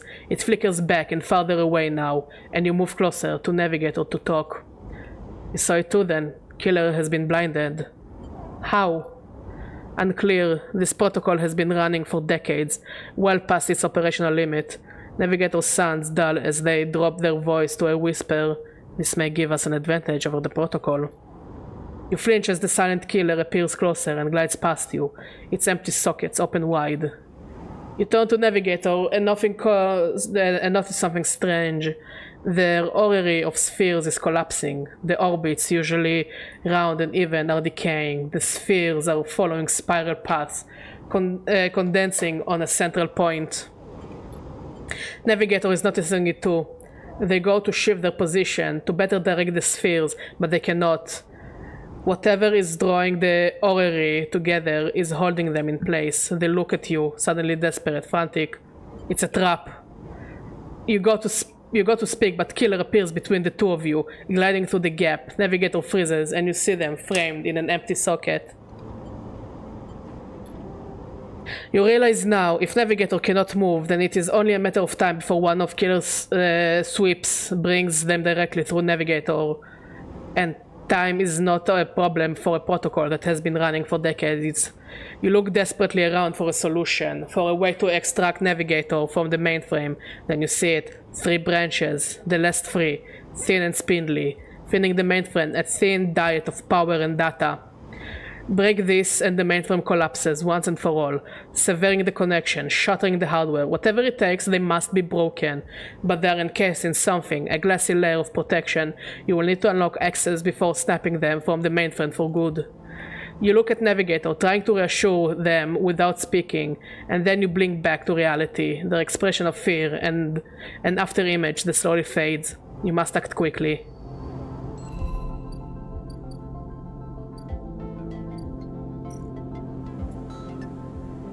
We need keys.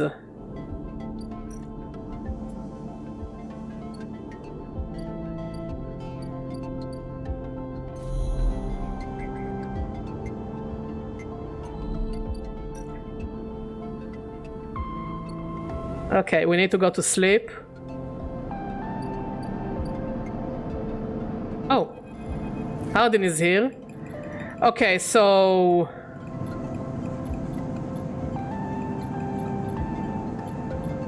yeah, this is the part where Fang disappears and we get a weird card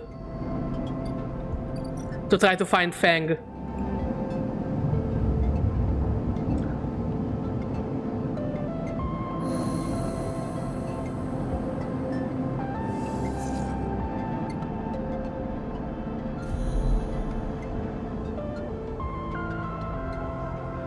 Okay, first let's find food.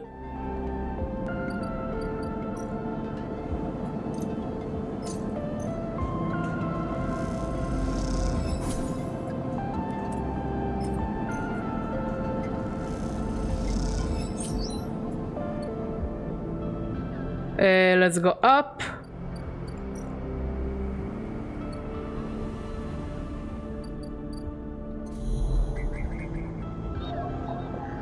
We need a 4.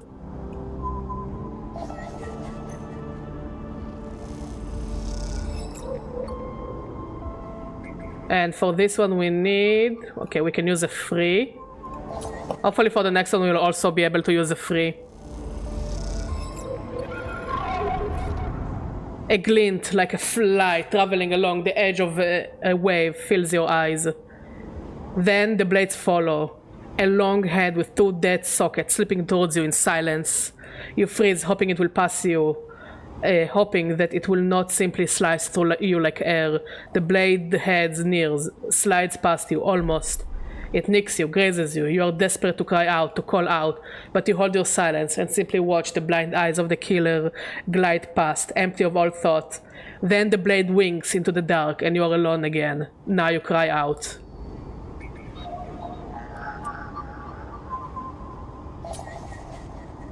Just for getting some cryo out of it.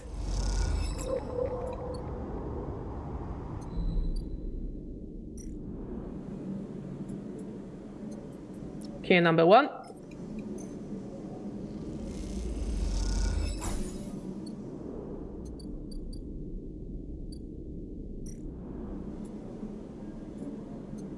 Key number 2.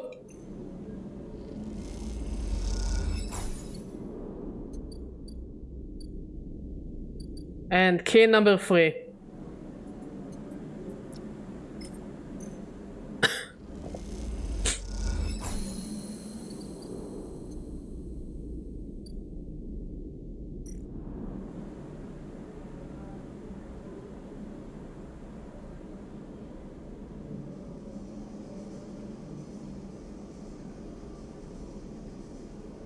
Okay, we need really high quality dice here. And we also need to go to sleep. And we will need like lots of money for Ethan's quest.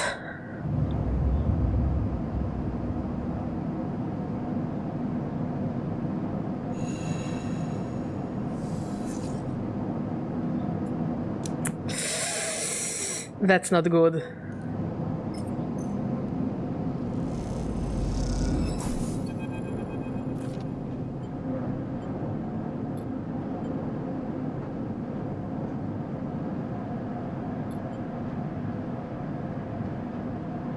I don't have the cryo. Well, says Ethan, pinching the bridge of his nose, the idea was that you get the cryo.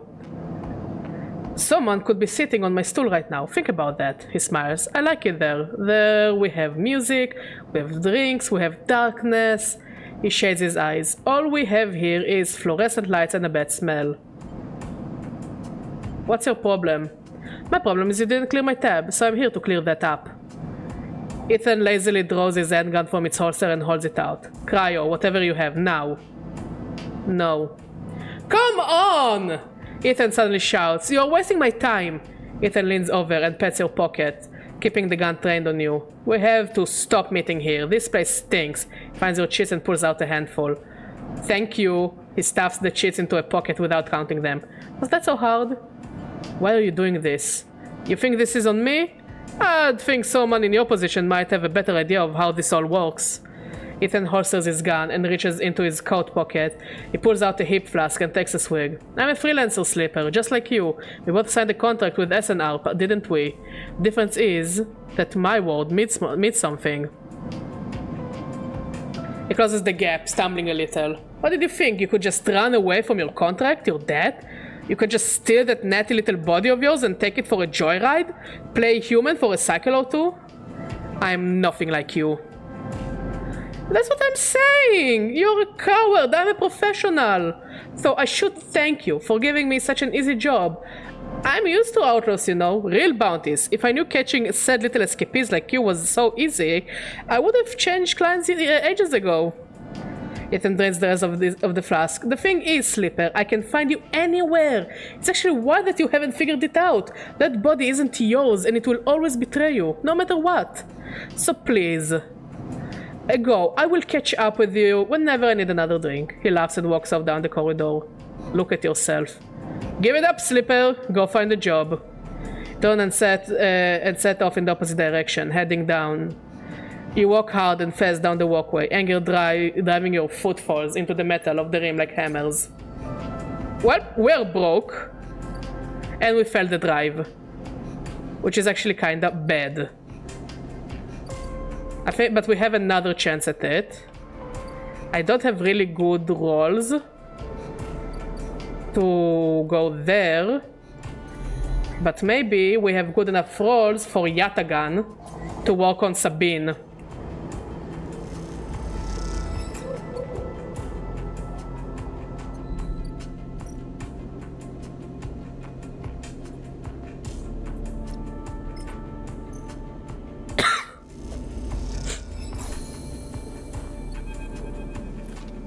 As you turn away from the terminal, the final cache of Yatagan data uploaded, the air crackles with white noise. Slipper! Sabine's voice, weaker than before, comes through the haze. Sabine? A sigh of relief comes through the layer of noise. The call must be coming from somewhere on the station. This has to be short. I don't know if Yatagan are monitoring me. Their voice is hushed, distant. You try to focus on it. The data you have been bringing in from Yatagan agents, there is something in it I don't understand. A shrill howl rattles through the signal. This data is all gleaned from their implants, records of integration with their nervous system, performance analysis, error rates, usage data. I installed many of these implants and I didn't enable any of this functionality. Their voice dips under the level of the noise, like a swimmer slipping beneath the water. You listen to the waves for a few seconds before Sabine reemerges. Has to be somehow backed into the wetware's interface, and that's not all. The system compiling the data are connected to some kind of transmission protocol. It's being broadcast. Wait, what? Every Yatagan enforcer is equipped with black market implants, retinal enhancements, adrenaline boosters, pain suppressors. These implants are gathering data on themselves, on the enforcer bodies, on their performance. Why? I can't tell. But I can promise you these foot soldiers have no idea what is going on. The background tone switches, dropping to a grainy rumble. If they knew, I don't imagine they would be happy with the situation. Yatagan could have a mutiny on their hands. You lean towards the terminal, straining to listen to Sabine's faint voice. I need a few cycles to put this all together, but this might be the information I need to pressure Yannick into releasing my debt. Yannick is one of the heads of Yatagan. They pause. It is better you don't know him. Keep it that way. Suddenly a banging echoes through the call. Sabine's voice suddenly whispered panic. I have to go. Come back in 4 cycles. Then the sharp crack of disconnect, and silence fills the apartment. You step back from the terminal. What does Yatagan have to gain from monitoring its own members? You try to recall what you know about the gang, but you have little to go on. You think of Toshiro, Sabine's minder. His mirrored teardrop implant set below hard eyes. What data could they be gathering? And more importantly, where are they sending it? You reflexively rub your forehead, trying to think, can you really trust Sabine? How did they come to be Yatagan's doctor in the first place? You think of their kindness, their care, but also the glazed look of recognition that they gave you when they first met you. The look stays in your mind as you slip back out of the apartment, glancing around as you close it up and drift into the corridors of the station, unable to shake the unpleasant sensation of being observed. Okay, so we have to wait. And we have some more dice to use. So let's go for Lem and Mina's apartment.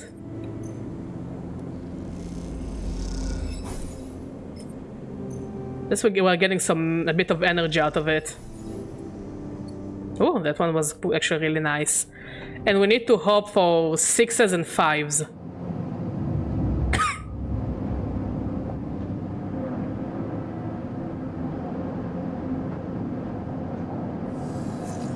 Hoppa!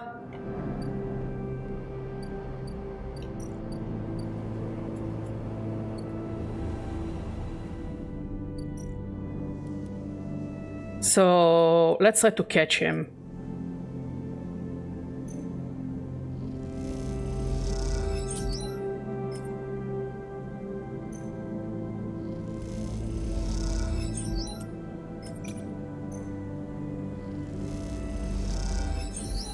There we go. As you blink into the cloud, you see the last flicker of life from the mainframe. This vast machine once ran the whole station, span it up, directed and processed the flow of energy, water and data, fed the lives of thousands of people. Now it is finally dead. Navigator is beside you, and you both look out at the perfect ring that encircled you both, woven from the data branches that once fed the mainframe. You see a glint along its edge, and that familiar blade-like head rises to the surface, like the cresting fin of a shark, and then slips into the loop again. All that you can see of Killer's body after that is slight thickening of the loop, and that thickening begins to travel around on a long and slow sojourn that will last it forever. I'm surprised at you, says Navigator, drifting faintly around you in a lazy orbit as if to shake off the imprisonment. Killer had been wandering blind for so long. Did you not think to end them forever? I will not kill another being. But is the killer a being or a system? The question remains. Navigator gazes into the darkness. This place was their domain and prison. They had followed their directives for the many decades they roamed here. They cut the thread of the mainframe, executed its administrator AIs, and then kept slicing. At some point, they cut away their own ability to see, to sense, to taste, to speak, and yet they kept cutting, until only those three threads remain. For millions that once thrummed here, only their blindness and chance kept them from making those final 3 fatal cuts. There is a ceaseless violence in the kind of system that creates beings like this. Those that will execute commands endlessly, even to their own destruction. Navigator looks to you for your thoughts. I will not continue the violence. No. Their sentience should be respected. So be it, but would they respect our right equally? Navigator turns away. You watch the data points of the station spin around you, blending with the fixed stars. There is something satisfying about finally wrenching the last threads of control from this central point. It was little more than a ghost by the time you reached it, but this place deserves to be haunted by better ideas than a totalizing system of control. Navigator floats beside you. It is free now. The station no longer presents a hazard for illegal entities like me. They turn to you, their face a cloud of shimmering light. In fact, in time, perhaps it can be a refuge. A refuge, that sounds like something of value, something worth building. A dark shape passes across your vision, a distant curve of something like smoke or oil, a fluid, shifting tank of a total darkness. The Greenway, says Navigator, following your line of sight. It was cut off at the moment of the collapse, so Hunter or Killer could never reach it. Now it is closed off to us, separated from the cloud. What system is inside it? It may be totally dark, or perhaps some other old protocols are isolated there. Navigator turns to you. And we have now seen what decades of isolation can do to a protocol. If we could extract an access cipher, they pause and then blink out of existence. You freeze, shocked, but a moment later they reappear with a glowing polygon of data. Here, the cipher you need. You take it, still shocked. I am not used to being free, to being able to move and explore and extract without fear, without limits. Navigator does a little twirl. This will take some getting used to. Thank you for this gift. The whirl their spheres around you. The entities of this station will always be friends to you, Sleeper. And I to them. It is true that mutual need is required for friendship, but I must admit I do not consider the value of offering assistance without personal gain. I will think on that. Navigator looks around you rapidly, suddenly eager to test their newfound freedom. But first I will explore. Perhaps there are still intelligences that hid themselves as I did, encased in simple systems. Cut off. Navigator glows. I should like to free them. And with that they drift away, flickering, glowing, then shifting so rapidly you lose sight of them among the glittering rim of the eye. You feel a pang of jealousy, free without a body to weigh you down, or fear to limit you. How must it feel? Your eyes fall on the Greenway and its secrets, so perhaps that can wait until after you have celebrated this victory. Another upgrade point.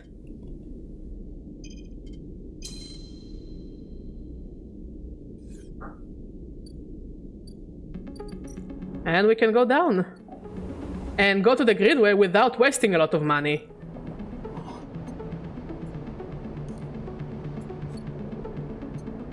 Wait.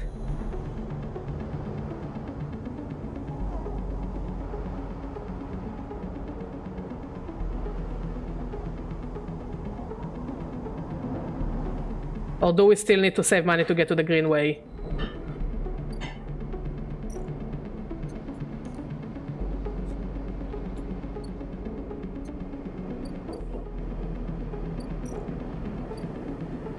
Thank you, honey.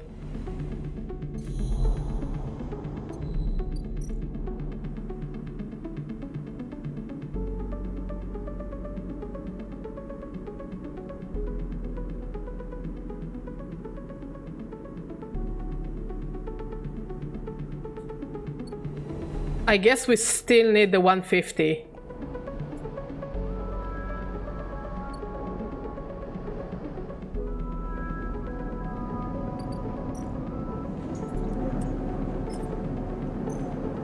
So I guess we will walk at the bar for now.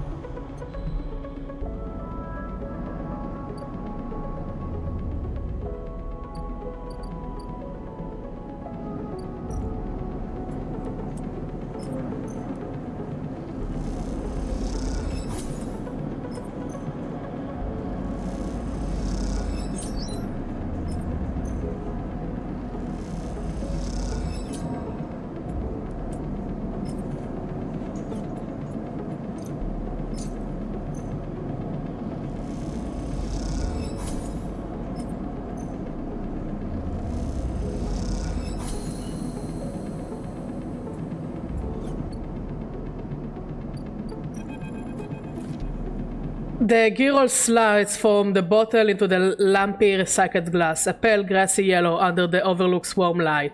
The spacer nods and takes the drink, bringing it up to their face in both hands, like an offering bowl.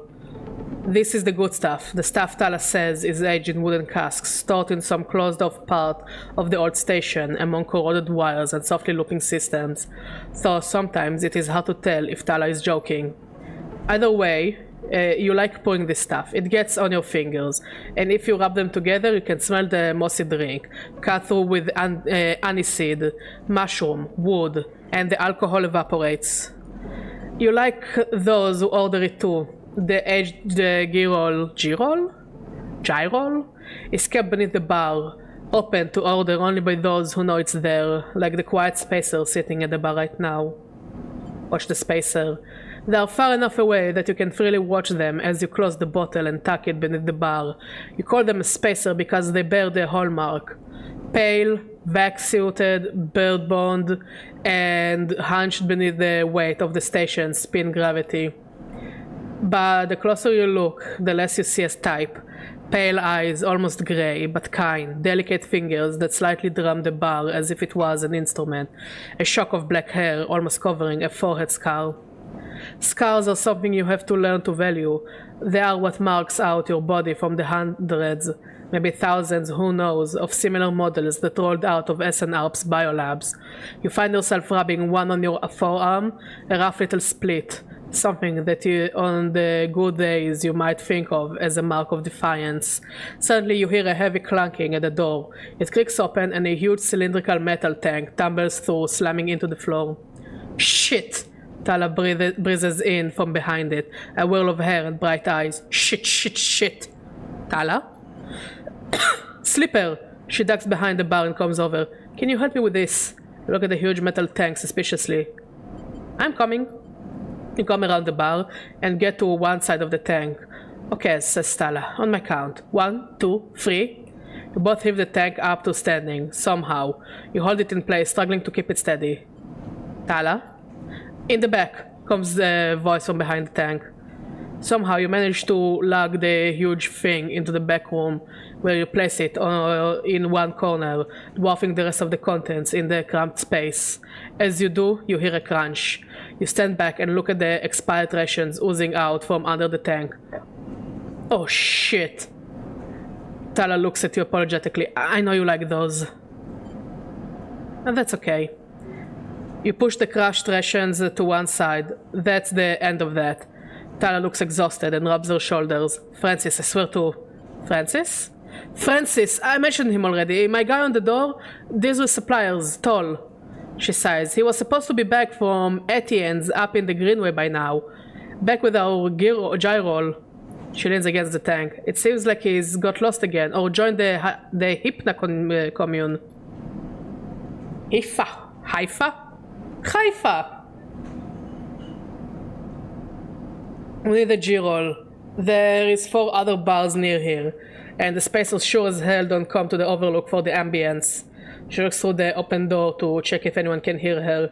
She knocks on the hollow tank. So I'm taking matters into my own hands, she smiles. Welcome, Slipper, to the Overlook Distillery. You look around the dang back room. Need some work? She picks at some paint flecking from the metal walls. Well... I might need some help though, she shrugs. You up for it? She knocks on the tank again. Could be fun. Happy to help. Okay, she grabs you by the shoulders. I'm excited. She turns around and looks at the tank. I reckon we chop this thing in half. One half for fermentation, the other we turn into steel. We'll also need to gather the ingredients. She turns back and looks at you. You look more like a chopper than a gatherer. She smiles. So how about you build the steel and while I work on the rest? Oh wait, Slipper, I have an idea. Tala is grinning now and is making you nervous. To make up for the rations, how about we put a kitchen in here too? Will it fit? We'll make it work. She turns back to the tank. This is going to be great, she says to herself. You look at the dented tank and the bare room. At least she has vision.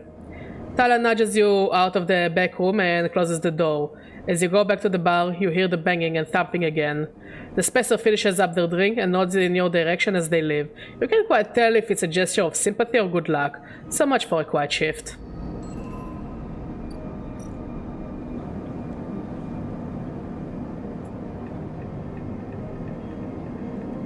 Well, we have a... let's go for a safe mission. Which will be babysitting the kid. And we might also get some free energy out of it. We didn't get free energy out of it, but we babysat the kid. She is asleep, whispers Lem, creeping back out of the unit's tiny bedroom, sliding the door shut as he does. You're perched at a thin bar in the main room, the slate in front of you still glowing with Mina, and your drawings from Cycle spent together. There is a ring, the only world Mina has known, with a stick figure standing along its edge. The tall one is you. Drink? Asks Lem, producing a warm-looking bottle of G-Roll under the bar. Its content glowing amber in the fluorescent light. Sure. It gives me the vibes of like really old anime, his design. And I'm a sucker for old anime designs, like 80s, 90s. Lem nods and glugs a few fingers into a couple of metal tumblers, then sits down with you at the bar. Cheers, he offers, and you clink the metal containers together. You know, we actually have something to celebrate this time around. Lem gives you a sideways look. I made the assembly team on the side reel. He grins broadly. Clearly, he has been desperate to tell you all cycle. Knew it. Lem holds up his drink. You did get there first, friend. I will give you that. He looks away. Seriously though, couldn't have done it without you keeping an eye on little Minnie. Back here. Lem shifts a little on his stool. He looks uncomfortable. How's our girl doing, Slipper? I haven't seen much of her these past cycles. She misses her father. What are badger noises? In your book, Pyroli.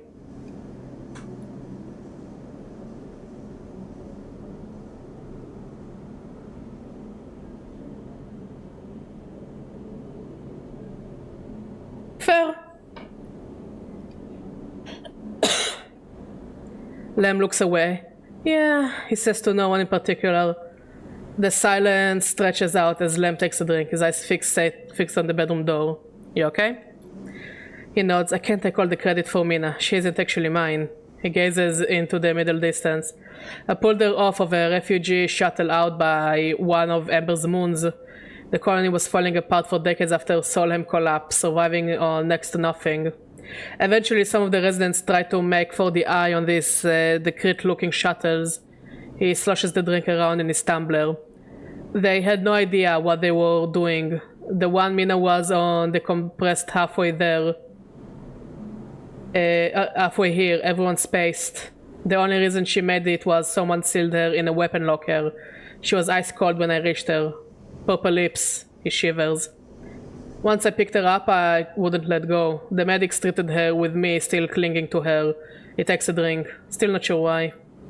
He reaches over and refills his cup. We weren't exactly anybody's heroes, you understand. We were private military hired in by Conway to protect their claims in the collapse. But once I got Mina, that was it. I quit, got us dumped here. This makes me like Lem even more. Like, I knew this man is a sweetheart. You saved her. I'm going to sound like an idiot now, but he sighs. She saved me. That's the truth of it. Looks around the decaying unit. It's stained plastic plating and flickering lights. Me? I brought her to this. She was tiny, too small to know what she lost. But I can't stop thinking about it. He rubs his eyes, dark with tiredness. What if our number doesn't come up in the draw, Slipper? What then? The side reel will sell off without a thought, leaving us here. What kind of life is that for her? You will make it. Sorry, I know you don't have it any better. He looks at his cup and pushes it away down the bar. This is a celebration, right? Both of us are on the team now. Both of us in with a chance. Together. That's right. We hold on together. Do I ship the Slipper and Lem? Yes. End of conversation.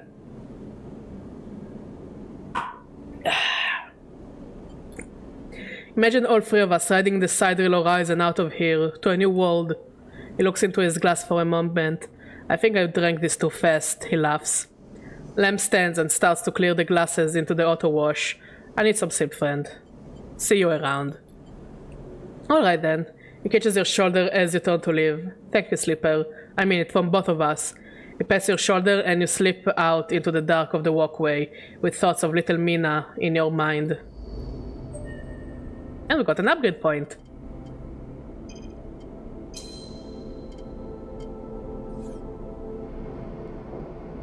But yeah, I think it's fair to say I'm shipping them.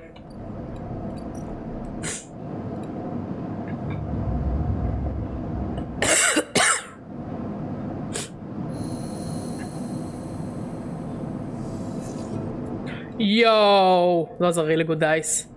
Which means we can walk pretty well.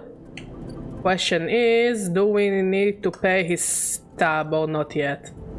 Not yet. Well, today is Robota Day.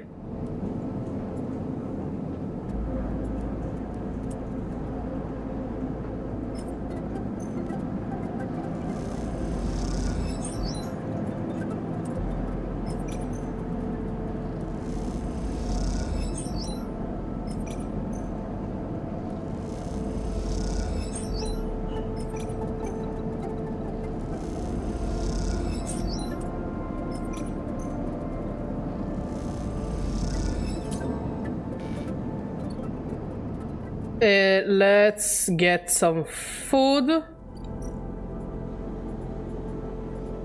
Wait, we got scrap we can sell.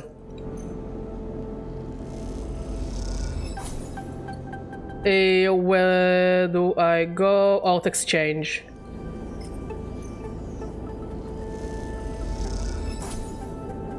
Nice.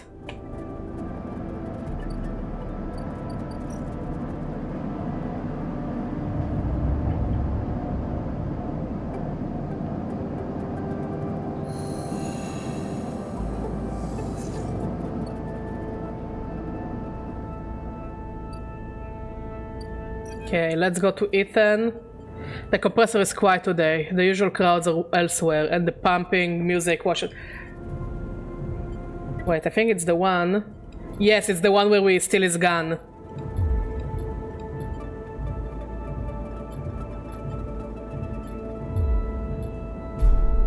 Yeah, we did it. Basically, he is going away, and we tell him that we're not paying for him anymore. And that we hate Ethan and he can go fuck himself.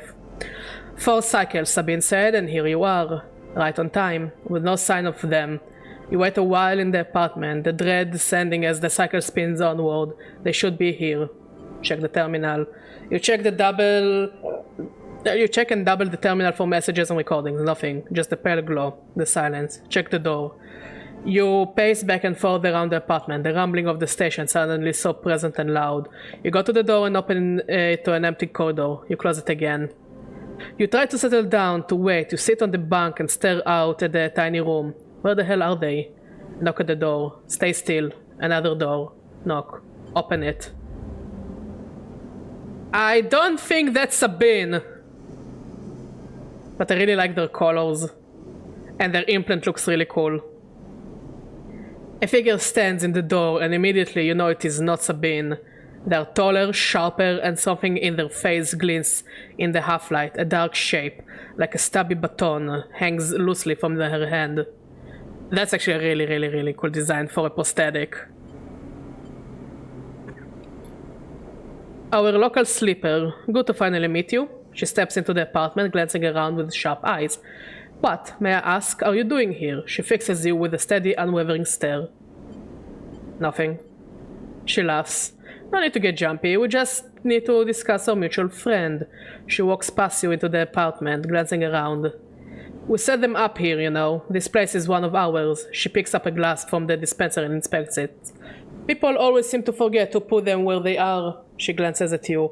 I suppose you're here to help? Where are they? I was hoping you would be able to help with that. She spins the baton in her fingers by her side, her eyes not leaving yours. We have a problem, you and I.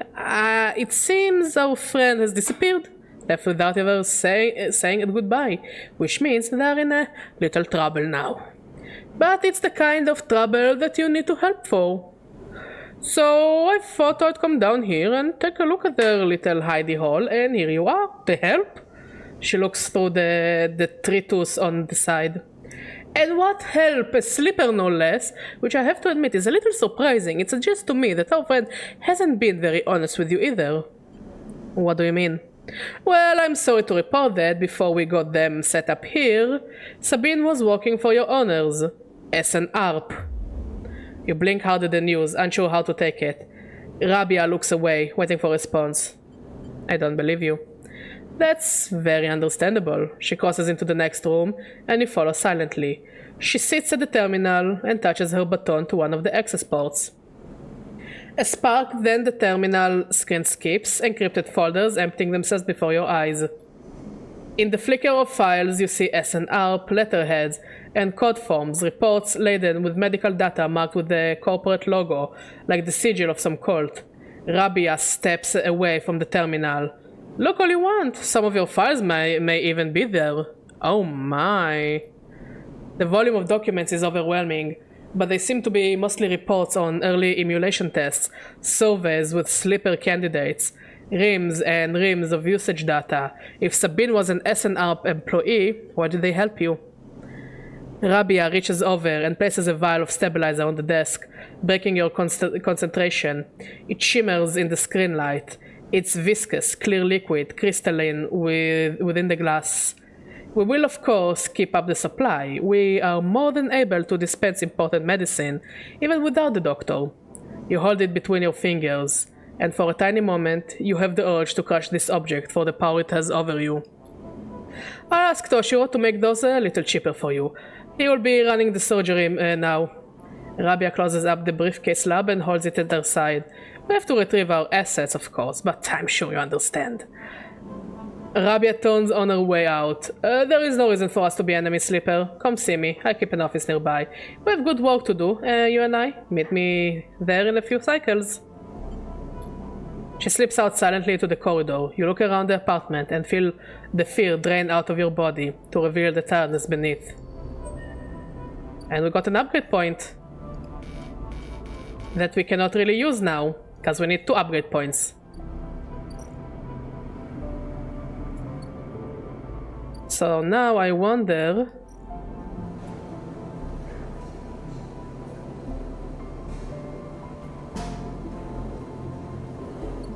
we don't really need food now. Okay, it will cost us 80, which is better.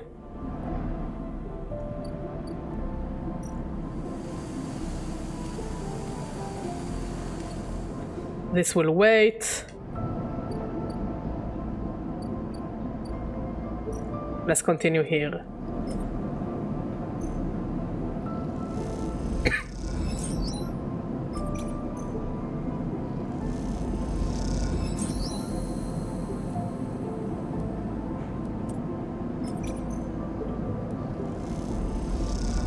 Because we still need the money. Oof. We got scraps that we can sell. Let's go quickly to Ort.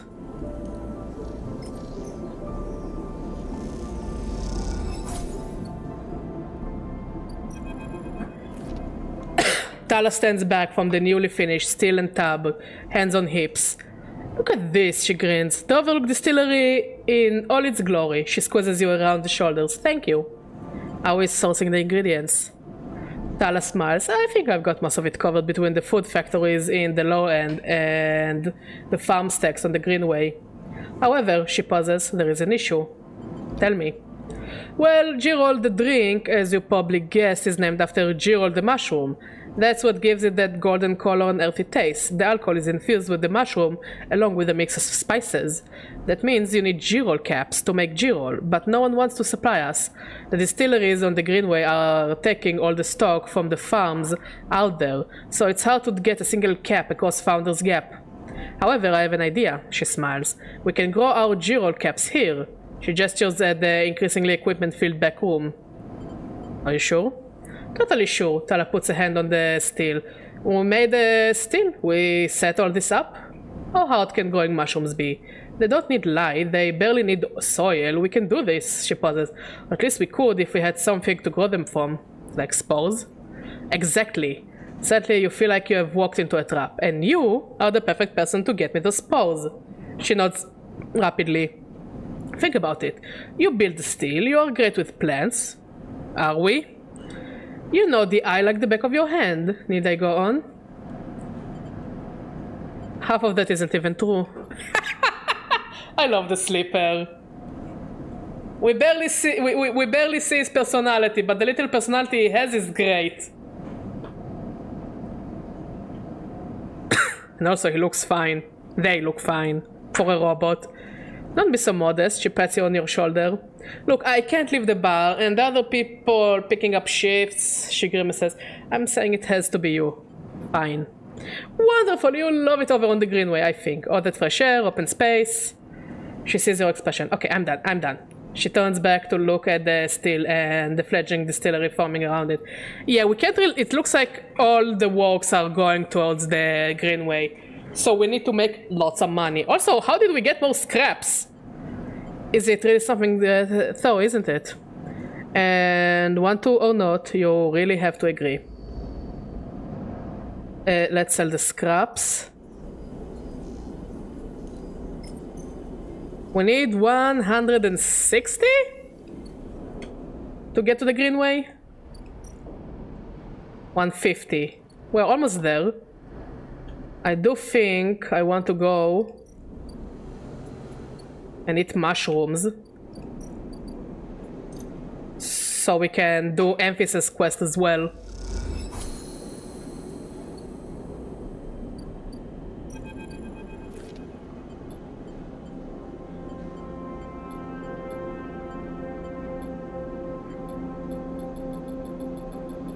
Of course, I adore Emphas.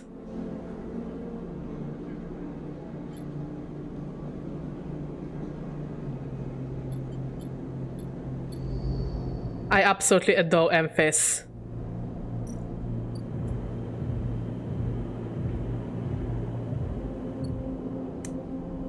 And now we can go and rest. And we also have a stabilizer from Rabia, so you know what? She may not be a good guy, but she's good enough for me. And we got good dice, which means we can go and work.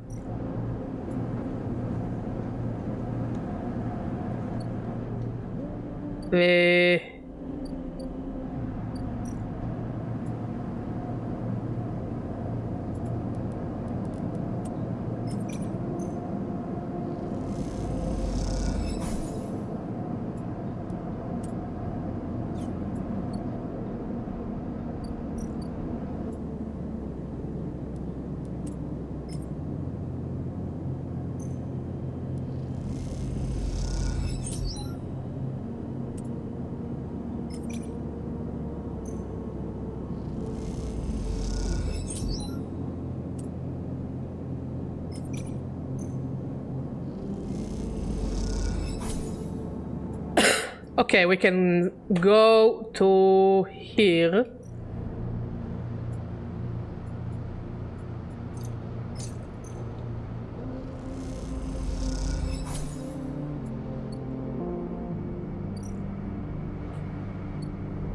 So I think we should also meet with the refugees. Yeah.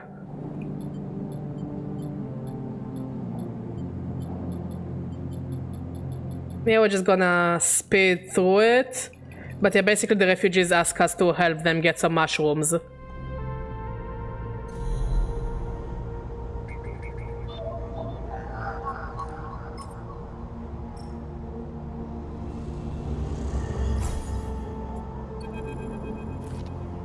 The Greenway rolls beneath you like a slit-choked river.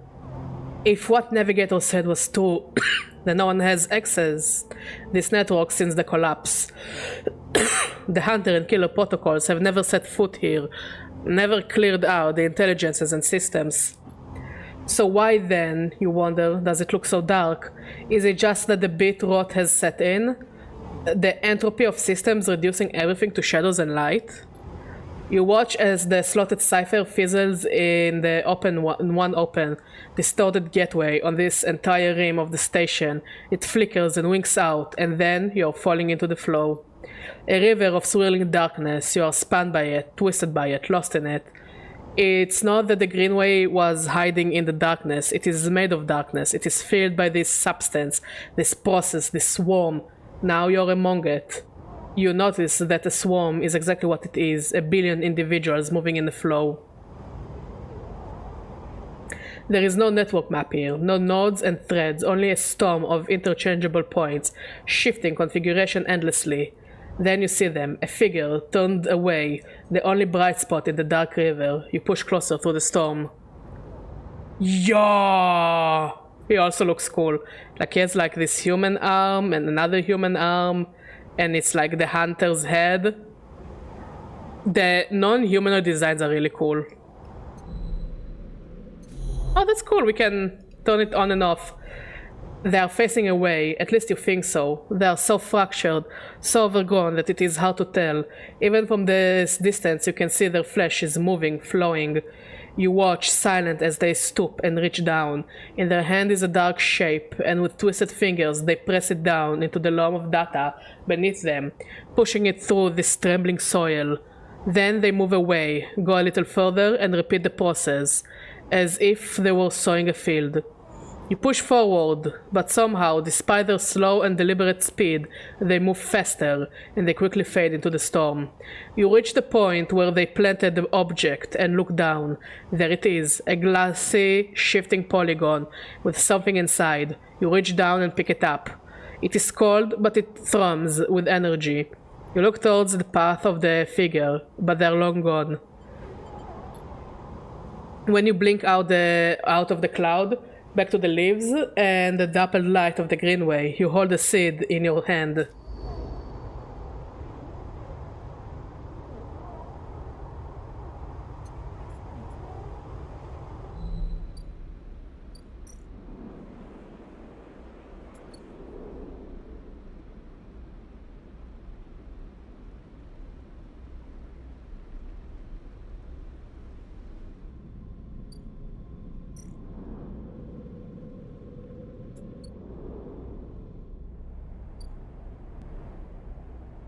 So I guess now we have to wait for the seed to grow or something?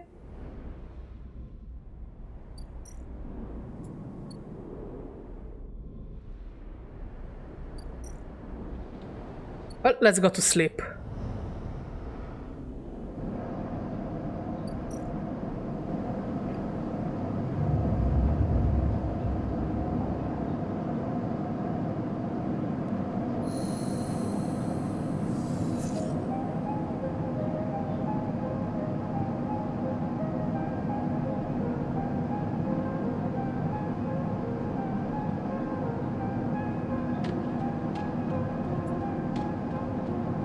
Let's go.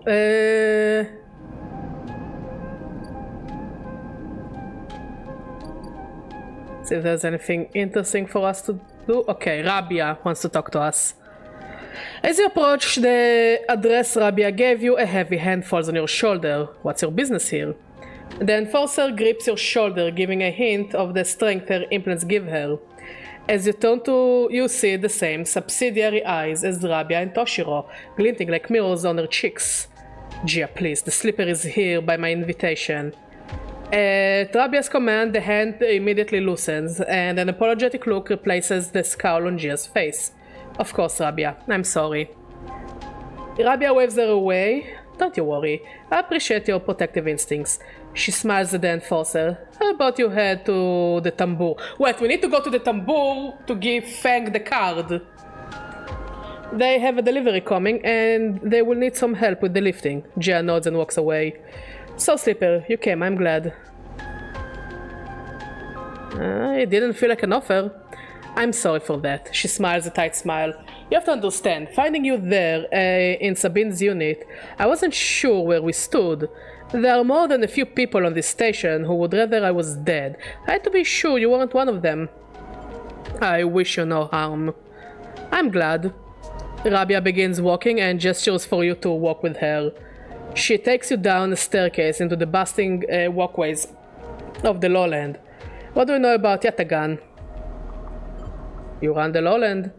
She laughs. That sounds impressive. We run out of the lowland. Yes, we don't run it.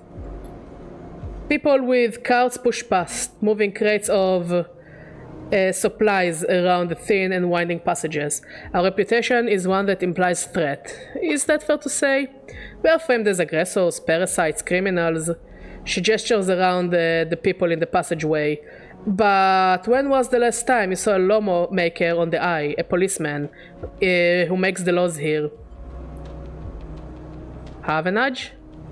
Yes, they like to believe so, don't they?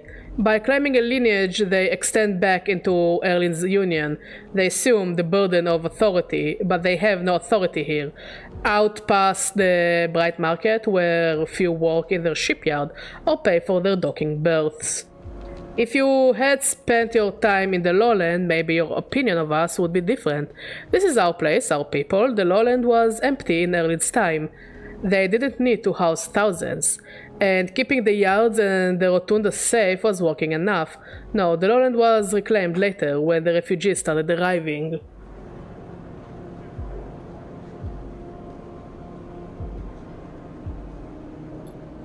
Rabia meets your eye. The collapse didn't just happen here. On this station, when Solheim collapsed, the entire system felt it. Colonies were abandoned, the moons of Ember and Cinder suddenly gained independence overnight. Some took advantage, some tried to hold it together, some fled. The Eye became a refuge, and Erlin, to his credit, extended an open hand to everyone, but many, within his organization, disagreed, and those new arrivals weren't as simple as choral as they hoped.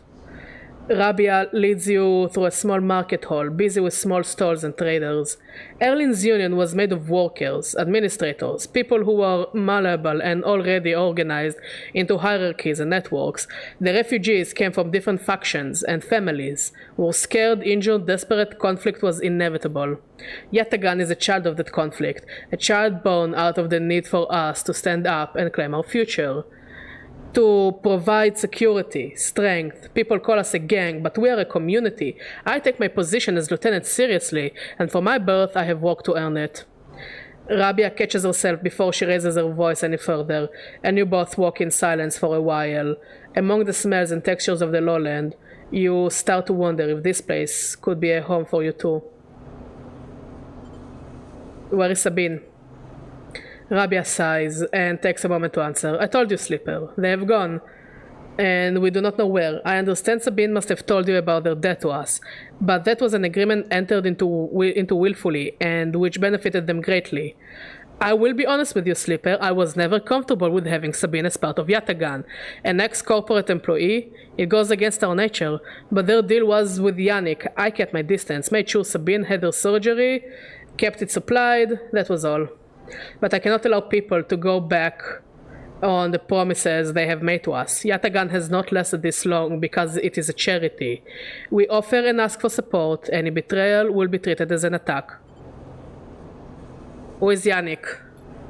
Yannick is one of the heads of Yatagan. They guide us. He is the newest to be elected. He is an elder. Sabine found something. Please, I don't want to hear the accusations. They only wanted to escape their debt. They would have said anything. But where are they now, to stand behind their claims? I will find them. As will we. You realize that Rabia has led you in a loop. And together you both come back up a staircase to the walkway where you met. You're free to go, Slipper. I have said what I wish to say. She looks out through the windows of the walkway. I would protect this place with my life, as it has protected me. I want to make that clear. She turns back. However, if you too wish to come under its protection, I can help you. Return her if you wish, and there will be tasks for you to complete. You will be able to see Yatagan, to see the lowland, with your own eyes, not as others frame us. As for Sabine, she pauses to consider her words.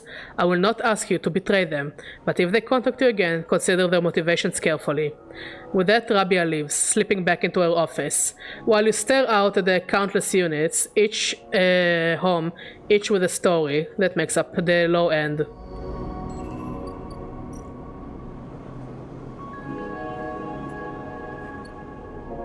Curious. Let's go to the greenway. Apparently we need to plant the seed. I just don't know where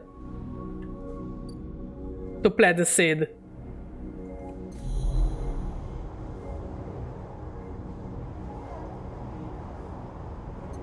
No, seriously, where am I supposed to plant the seed? It's a Haifa community, the wastes, climbing.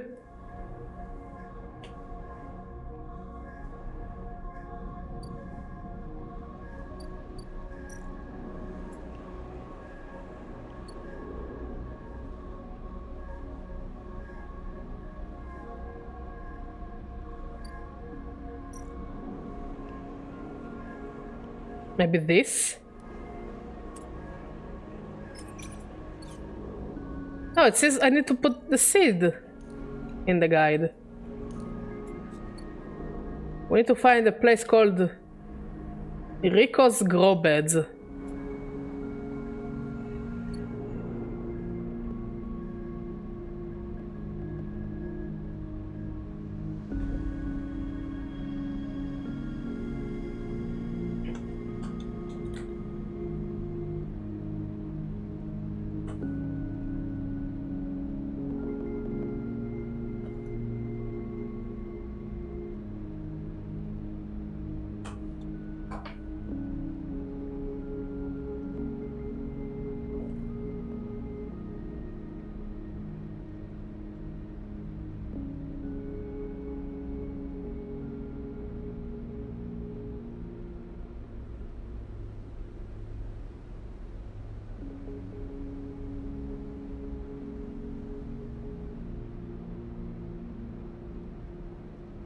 Okay, so we need to find Rico and help her with her mushrooms.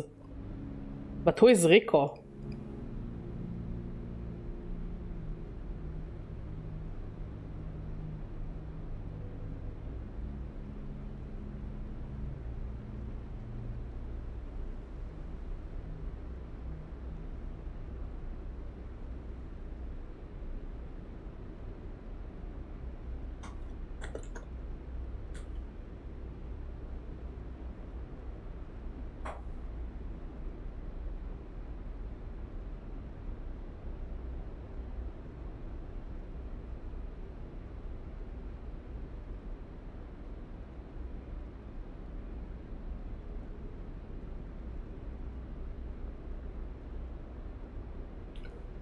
Okay, so we need to become Haifa members.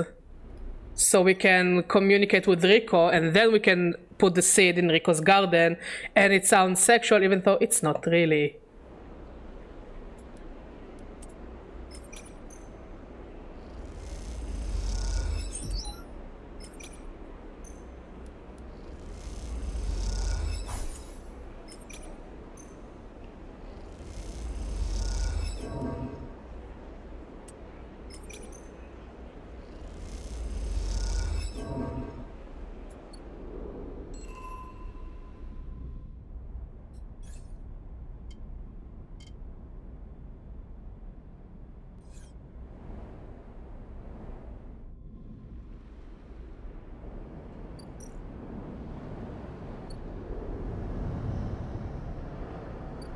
But I do wonder if we'll walk in Rabia's office, will we be able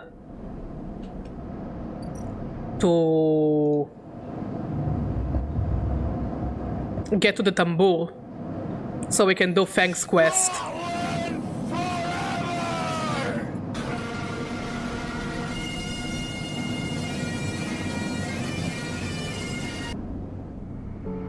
Like hour.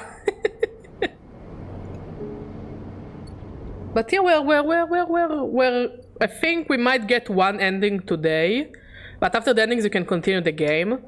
So after that ending we can work on 2 more. Like, we're not gonna get all the endings, but I do want to finish at least most of the missions, which means we will get like 3 endings. Yeah, who doesn't love some peace and quiet? My favorite.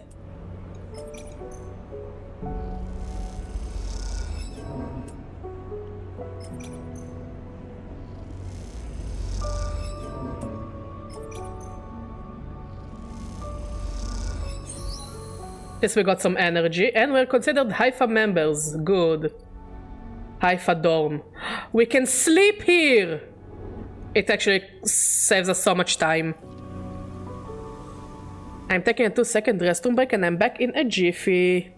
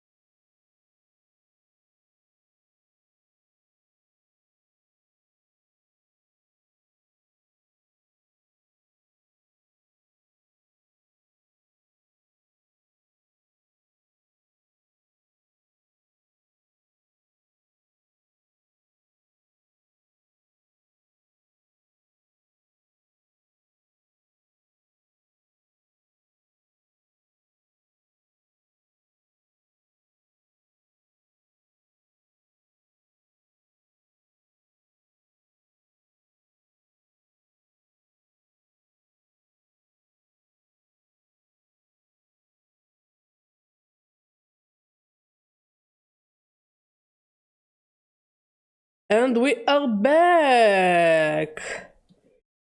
So we finally found Rico.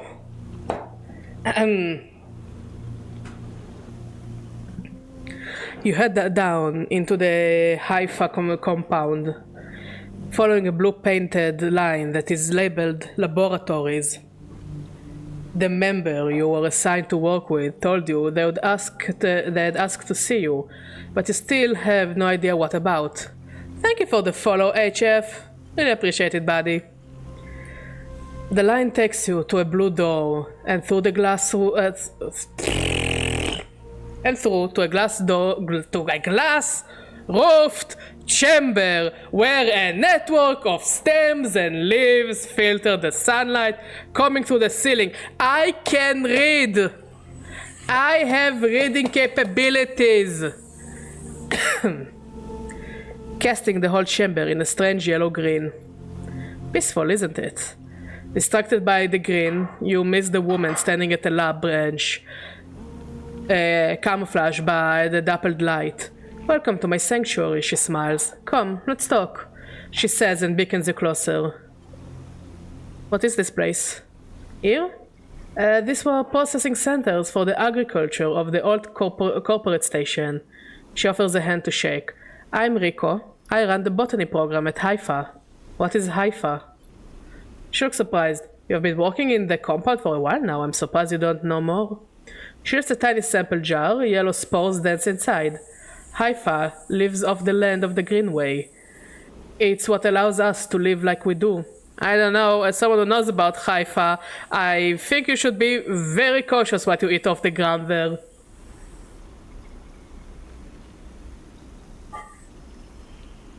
I mean, it could be boar food.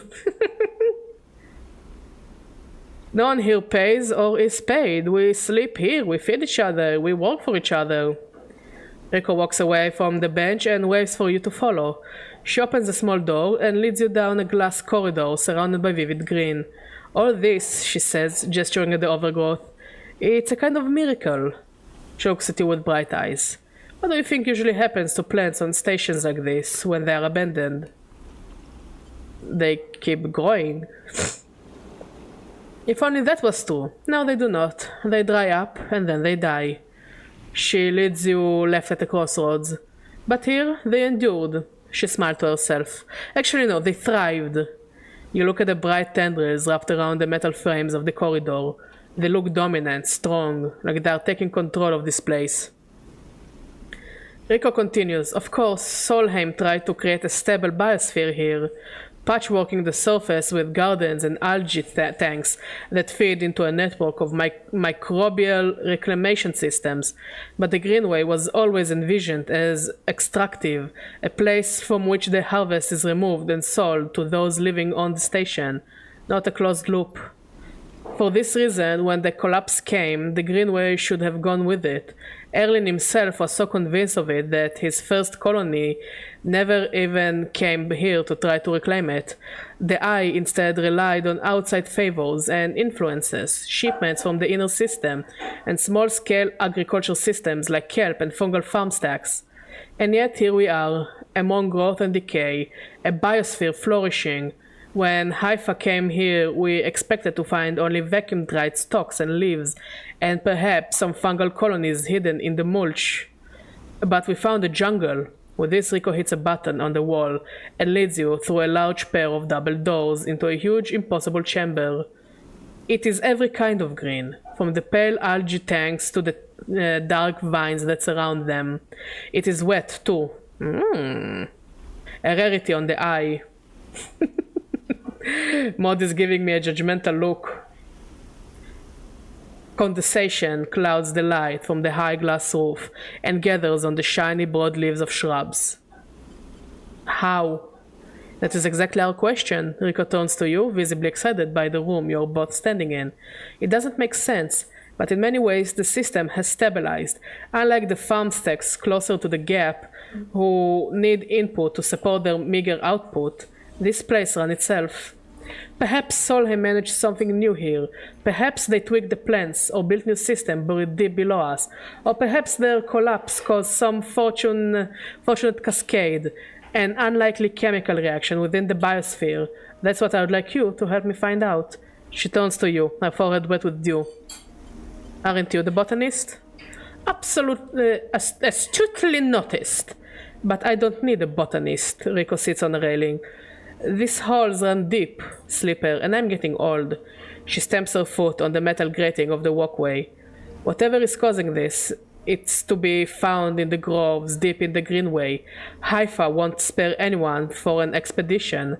It's too dangerous and unnecessary, they say. I can make the case, but I can't get the votes.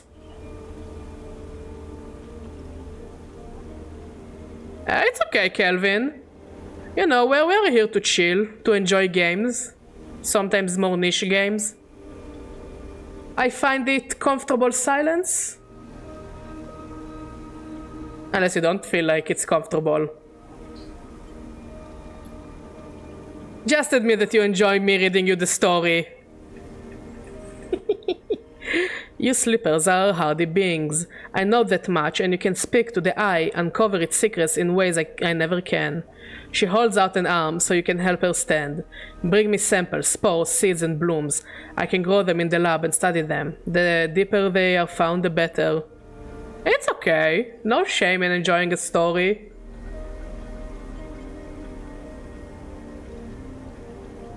I will try. Thank you, she smiles, and thank you for listening. Rico leads you back out of the huge chamber and up through the passages. She is a little slower now and stumbles on the steps. You help her where you can. It's good to have new blood in the commune, she says. Many of us have been here a long time, and few come through. She settles back at her bench in the lab, stretching her legs. You go to leave. Come back if you find something, Slipper, she calls. There are discoveries to be made. And you follow the blue line back up out of the compound, all the time thinking of that impossible magical grin. Nice. So we can study the spores. But where is Rico's lab?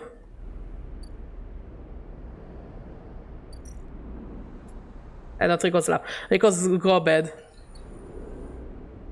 I'm glad you guys are enjoying yourselves.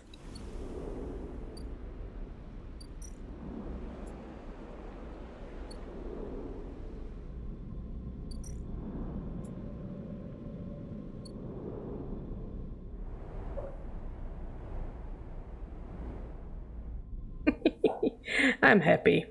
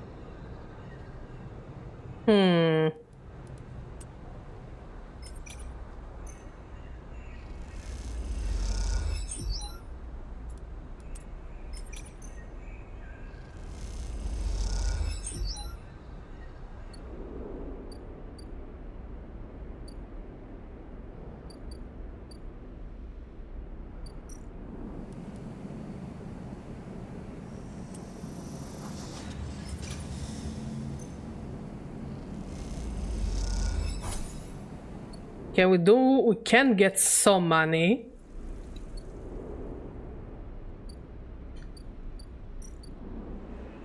But we still haven't found Rico's grow bed. But I guess for this we might need the mushroom spores.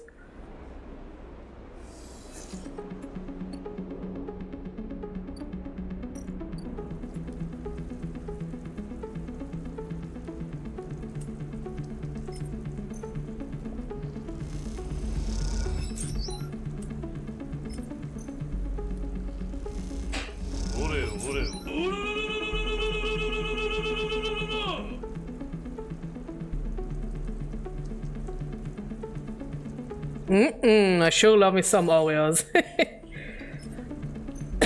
Okay, we need as many fungus as we want because because there are a lot of missions that rely on funguses. That's less ideal.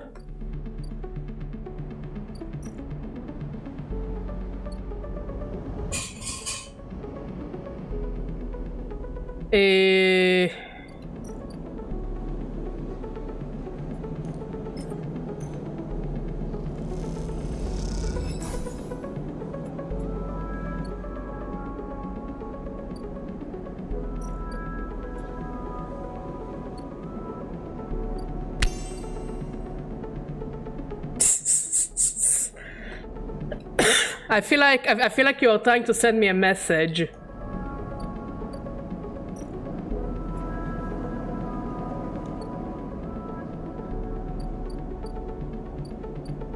Okay, we need food. This food will be ready in 3 days.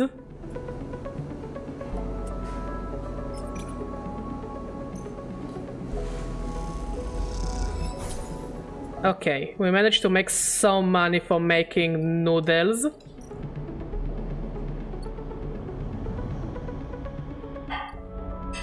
How many mushrooms do the refugees need?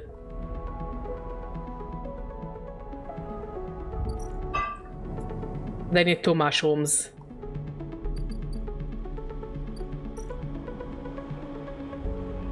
We can make it work. Alright, I'll take it. I take it as a compliment, Kelvin.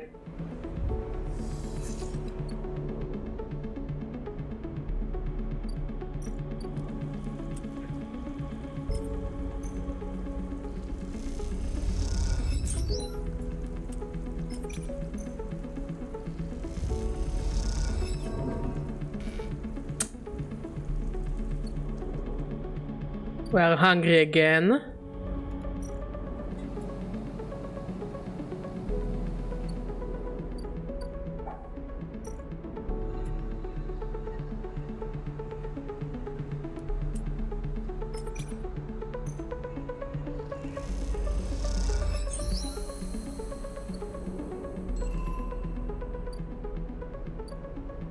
The aviary.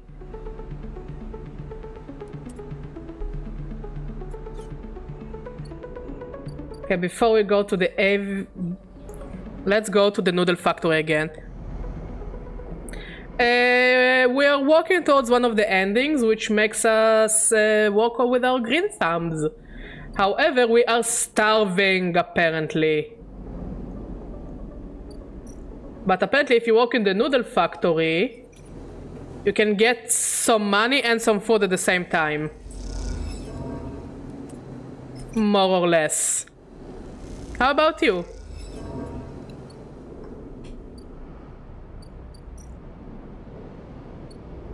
So yeah, now it's more pedantic stuff.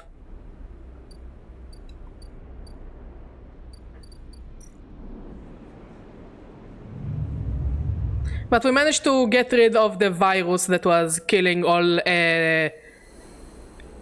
sentient AI, AKS, the hunters and the killers. So go eat something.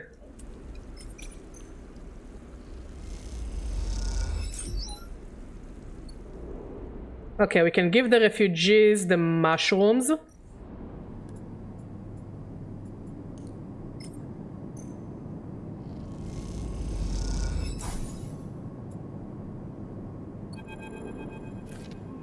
You came! Pig smiles as you walk into the climbing briar's cargo hold behind the gloomy ash. They brought mushrooms. Ash tosses the mushroom caps onto a tray, raising her eyebrows at Pig. Pig gives her a look. Thank you, Slipper. They pick one up and sniff at it. Are these edible? Yes.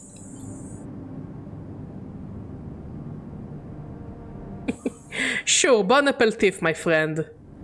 Pig turns the cap over in their fingers before putting it down.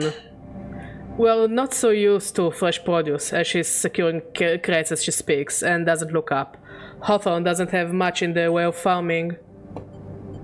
Hawthorne? The installation we grew up on? Ash wipes off her hands on a rag. XPR loves to name their property after natural things. But that's about as far as the relationship with plant life goes. XPR? Is this an interrogation? She glares. Either way, we are done with this place, which is all you need to know. Ash leans back against the crate she was securing. We are going to need more than a few mushrooms if we want to help those refugees, though. What do they need? Food, water, components, a whole lot of things. Ash stands and walks over to the mushrooms he brought, placing them into a small container with care. The problem isn't just getting supplies, it's getting them through the ship to the ships. Can't you just fly around? And get the Briar seized for breaching quarantine? No thanks, she laughs. We were lucky we got here before the cordon was set up. That's the only reason we are on this side. Why is there a quarantine? Pig jumps in. The Eye has a closed-loop life support system, just like any orbital installation. Any unfamiliar illness or significantly increased strain on life support could cause a cascading collapse in its system. Ash scoffs. Are we making excuses for these bureaucrats now? Pig turns. We're being realistic, Ash. But these people aren't an increased strain. They are living people. Ash stares at you.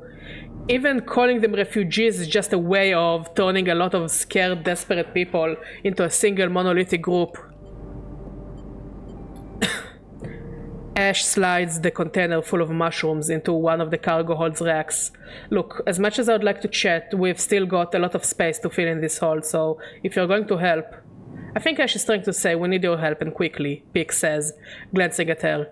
The refugees behind the cordon, they won't be able to hold out indefinitely. We need to get supplies to them in the next 12 cycles or... Ash steps forward. Or Havenage will have to bear the responsibility for whatever happens next. What can I do? There's 3 things we still need to secure. Water, food, and scrap components for ship repairs. Ash gestures to the storage containers around the hold. Water we can find a way to source, or, my preference, just siphon off from the underground reservoirs in the Greenway. Pig raises their eyebrows. Ash. She ignores them. For food, things could be tricky. Those mushrooms are delicious, I'm sure, but no way we can get enough volume to feed a flotilla. However, I saw an algae stack on the way over. If we can get access... No more stealing, Ash, Pig sighs. I didn't say steal. She stares at them indignantly. If we can get access, we can work the stack, harvest some algae for the flotilla. Those stacks churn out vast quantities in short timescales. And the repair components? Pig asks tentatively. Ash smiles. Just look around you, Pig. This whole place is made of scrap. She shoots you a glance. And I'm sure the Slipper has their sources. They can bring them right here. We get everything before time runs out? Perfect. We get most of it? Also good. Either way, in 12 cycles I'm going to take what we have and go. But how will you get through? Ash shoulders a container. I thought I would leave that up to you, Pig. They flinch. Are you serious, Ash? I know we said we would help the flotilla, but at what point... They stop, take a breath. Take this seriously, Ash. I don't know the first thing about breaching a quarantine cordon. Maybe not. Ash looks at you. But they might. They slip out from an S&R facility, didn't they? Plus, they have been here longer than us. You're always trying to get me to find help. Well, here it is. She gestures at you. Help? Pig glances between the two of you. I swear to... They sigh. I need to think this one through. Meet me at the cordon in a couple of cycles, Slipper. Maybe we can figure something out. Meanwhile, Ash meets your eye. You can help me acquire the supplies. Discreetly, she smiles. We have to keep this quiet. Keep Havenage out of the loop. Once they get suspicious, this is over for all of us. This all suddenly seems a little too real, too dangerous. You have only just found your feet on the Eye. This is not a time for causing trouble. Come find us. We'll be out there trying to pull this all together. Ash goes to the back of the hold to start packing another container. Pig, come help me. Pig glances back at her. Slipper, look. We didn't choose this either, they lowered their voice. Help us finish this. We've set up a base camp on the Broken Spoke. You're welcome to rest there in any of the cots while we work on this, they smile. We're in this together. Pick! Ash shouts, and they walk back into the hall to help with the container. As you leave the climbing Briar, you look out at the broken edges of the Eye's Ring, where Havenage's cordon blinks with tiny red lights. What are you getting yourself into? Well, apparently we're gonna get busy. They need 8 scrap. Which we can not get here. Well, the wastes. It's dangerous, so I'll wait for better dice.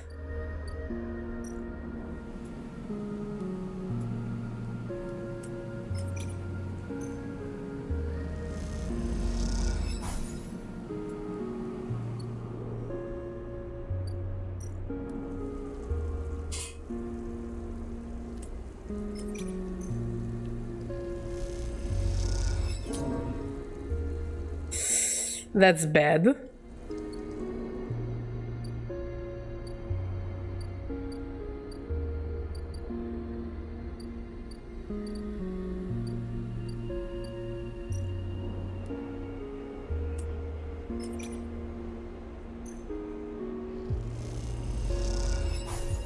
At least we got some energy. We need to hope for better dice. For anything.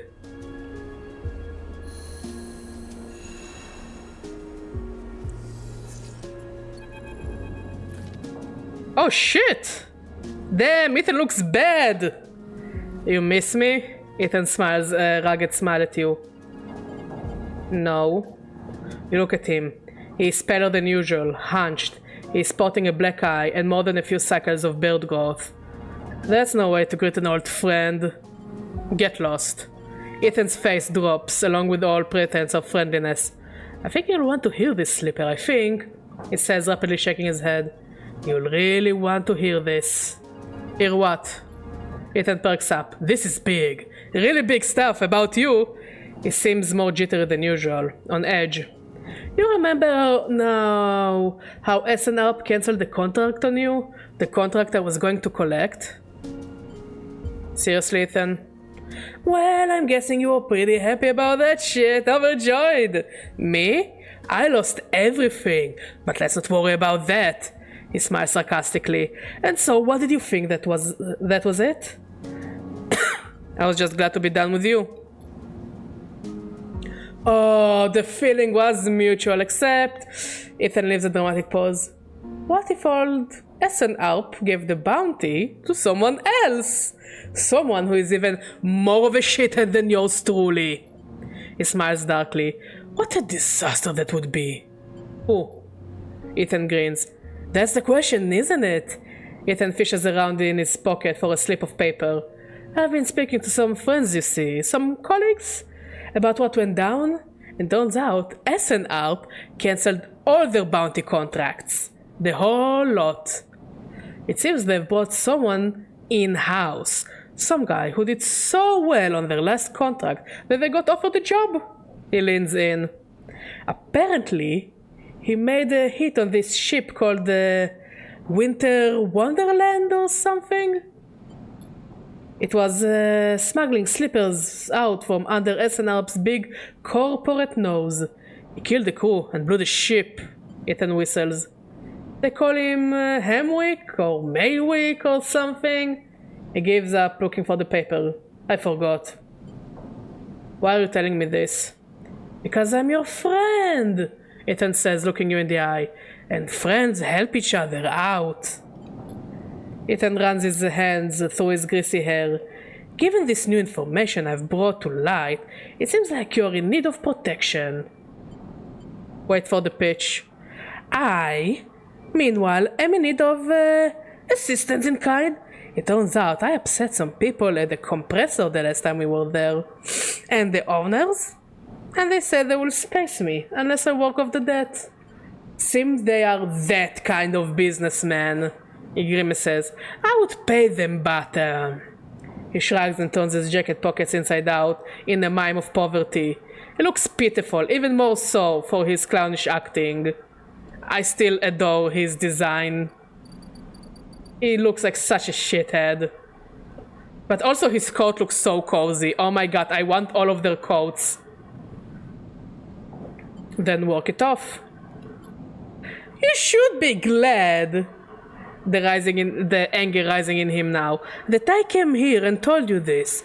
You think anyone is looking out for you? You're a contract and I'm on the list. He kicks the wall. Ethan rubs his temples. I'm sorry, he says. I'm sorry for being a shit and trying to kill you and whacking the thick skull of yours. He sighs. You think I want to go up against this guy, but us? He jabs a finger between the two of you. We don't have a choice, so keep me from getting killed and I'll do the same for you. We can help each other. A straight 50-50 deal. He looks at you. I'm not asking for a favor. I mean, he's a snake. He's 100% a snake, and I don't trust him. But also, I want to see where this is going. Ethan smiles. He looks like shit warmed up. He pauses. Just think about Maywick. Think about that cold-eyed SNL shit on his way here from the call system. He smiles. That should give you the motivation you need. Ethan swaggers off down the corridor, throwing his jacket over his shoulder. Can't wait to be working with you, he shouts. Oh, shite. Okay, but now we might collect the spores. We need a lot of spores. 2 groves.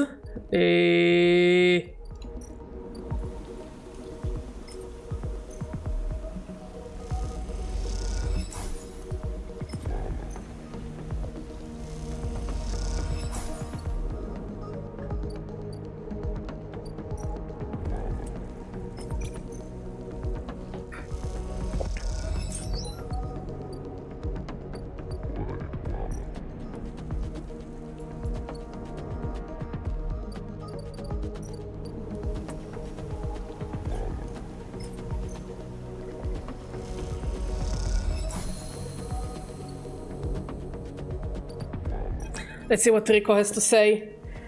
Slipper, Rico greets you without so much as looking up from her walk. I have some of yours here. Come see. She beckons you over to a heavyweight-looking console, wired to a series of specimen jars, some of which contain your spores. What does it say? The spores you have here are a real cocktail or a selection of types from within the groves, but I've been able to isolate a few. She taps one of the specimen jars. Here we have Tricoloma Matsutake? Rico breezes through the Latin and Japanese pronunciations as if it was nothing. A species Solheim somewhat modified for use on the station. She brings up a panel on her console showing a chemical composition, all gradiented bars and obtuse acronyms. This is the composition of the Solheim modified Matsutake spores. Modified? Yes, every species on the eye is a tweaked variant of Solheim's, of course. But that's not the point. Rico brings up another panel, identical in layout, but with wildly different colors and numbers. You see, this is what your Matsutake spores look like. They aren't the same? That's the conclusion, yes. Rico glances at the specimen jar as if it might have something to add. They are fundamentally the same spores, but they carry different chemicals, different signals. She leans back and sighs. Solheim may have introduced their own tweaked versions in the beginning, but the groves have, and still are, affecting them. Affecting them how? It's hard to tell without samples of fully grown mushrooms, she meets your eye, and herein lies our problem. She moves to another desk where 2 trays sit side by side. The first contains nothing but plant mulch. The second you smell before you even look at it. The pungent aroma of the fruiting Matsutake, like rotting sodden overalls, laced with an edge of spice. The Matsutake here are grown from Solheim stalks, pulled from a spore vault in this complex. She winks. They are delicious, by the way. She sets them aside. The empty tray is germinated with the spores you collected. No activity, no germination, nothing. But the groves are full. Yes, they are. Rico looks at you directly, and you suddenly realize how much he is enjoying this. So here is our puzzle, Slipper. Spores from the groves won't grow in the lab.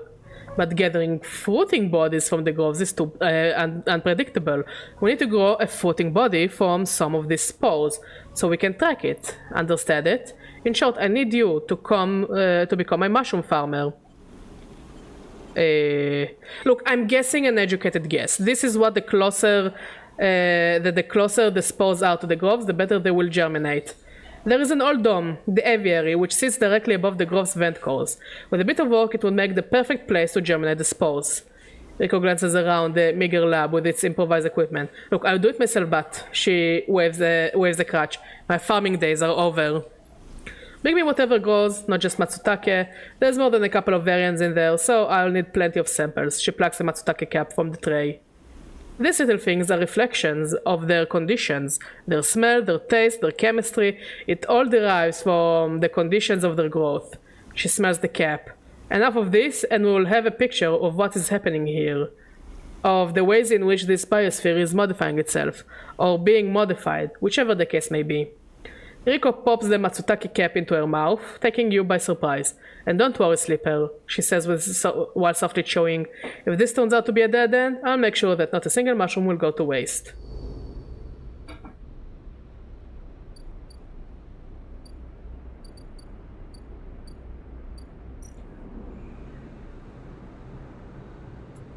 Okay, let's clear the overgrowth.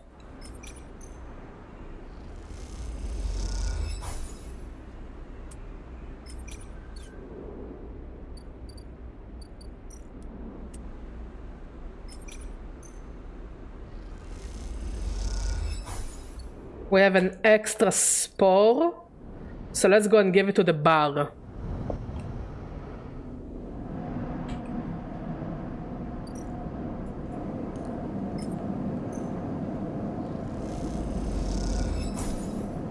And it does look like we need 2 more spores.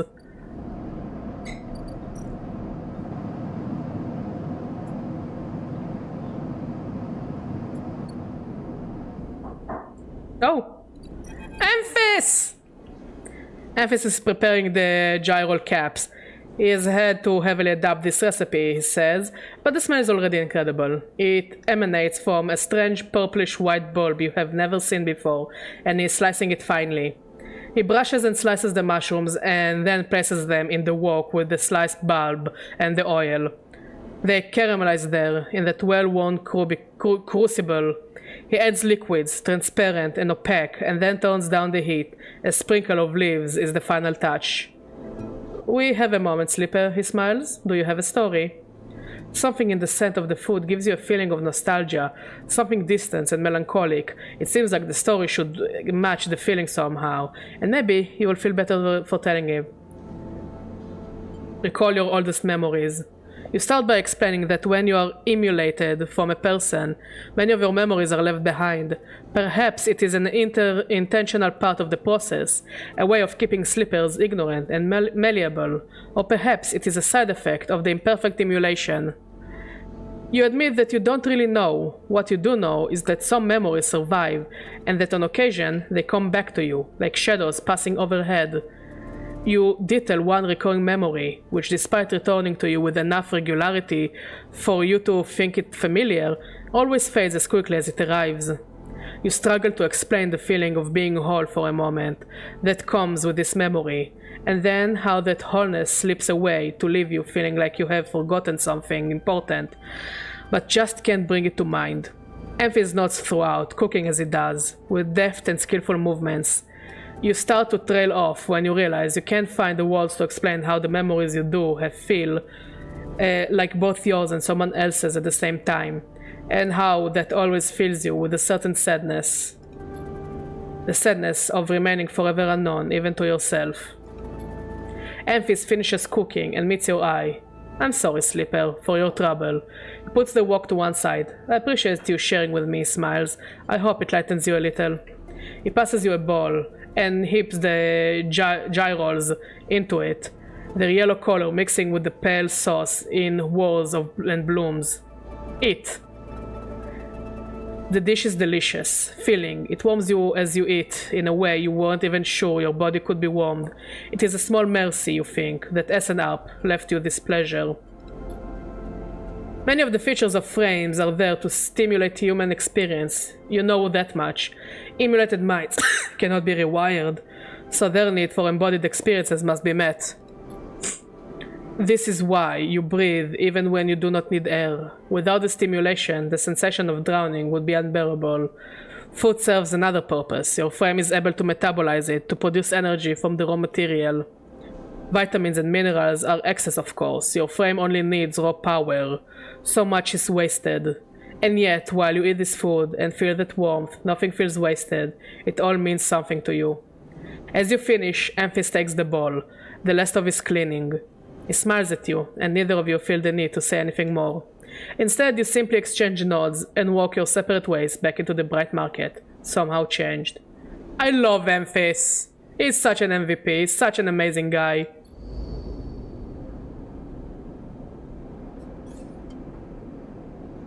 Ooh.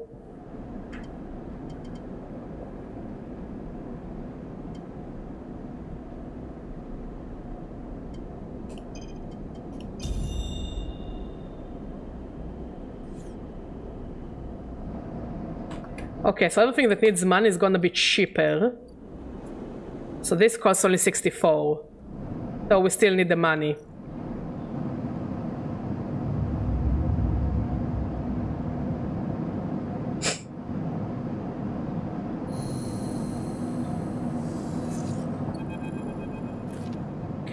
As you leave, you find a note pinned on the outside of the door. It reads, Slipper, there is something you need to see. Meet me at the cordon as soon as you can. Just keep heading around the ring until you hit the flotilla. I'll be waiting. Peek.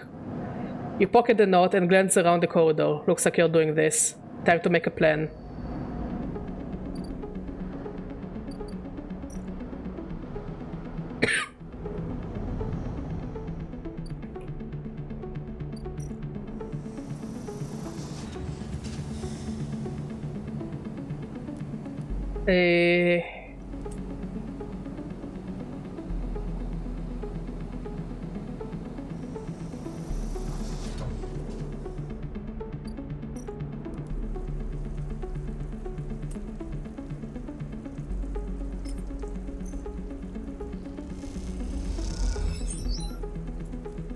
Let's get some resources for the flotilla.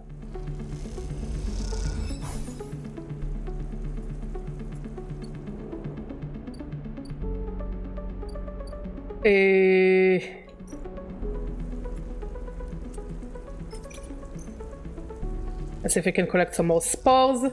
Yes!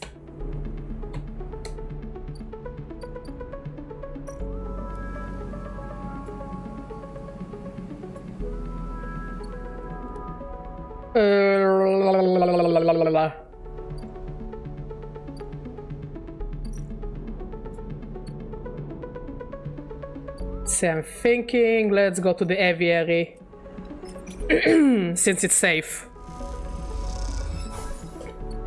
Okay, before we will go to the cordon, let's go and give her the spores.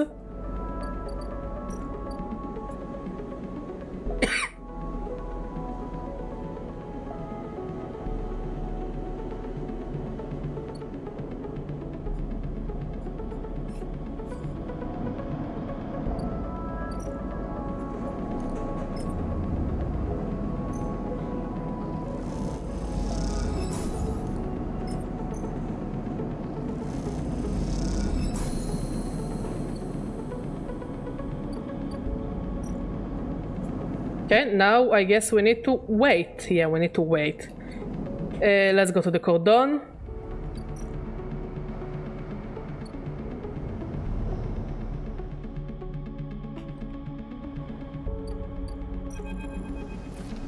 Slipper! Pig catches your attention from the shadowy corner they were leaning against. Any trouble getting up here? This place is huge. It certainly is. Haven't have been busy. Come, take a look at this. They beckon you over to a nearby window, which looks across the ruined ring to the blinking red lights of the Havenach cordon.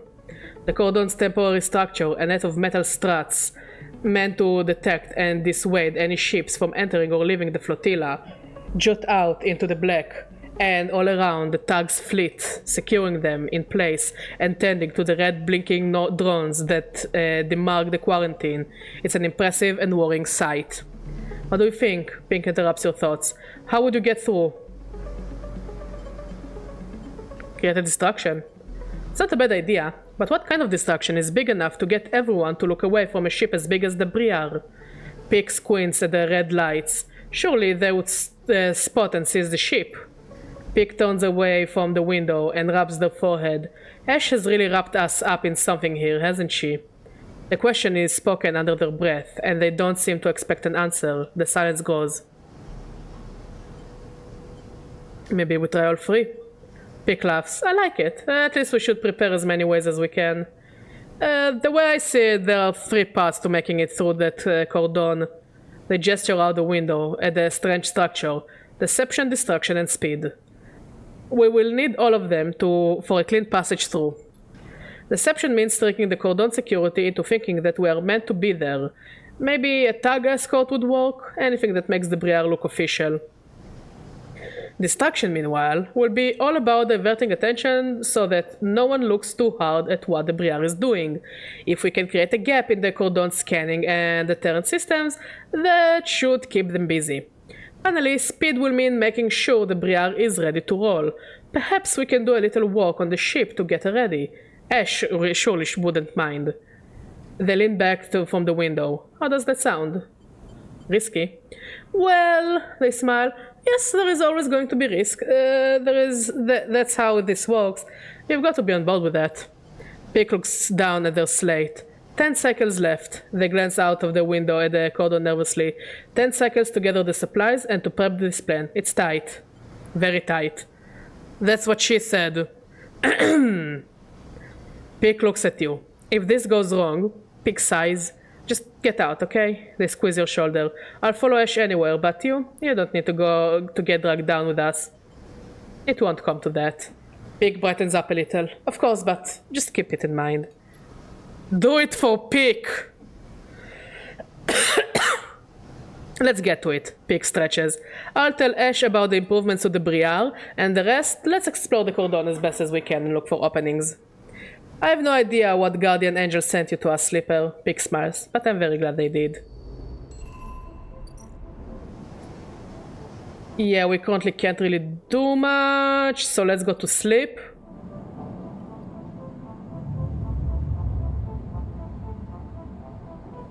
And hopefully we'll get good dice.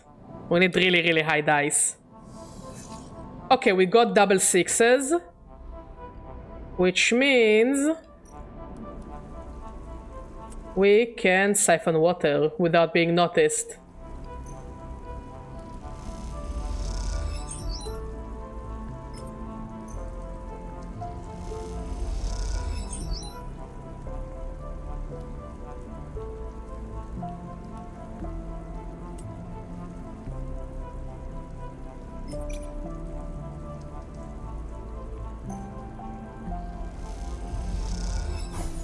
Nice.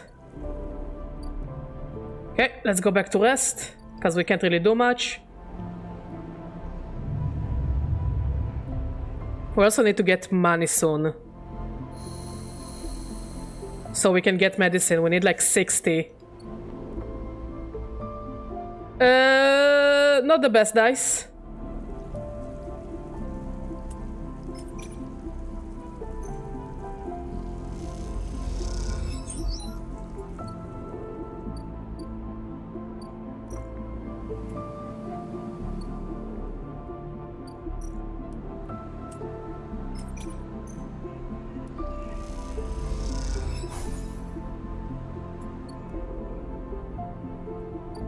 I need something that will give me both food and money.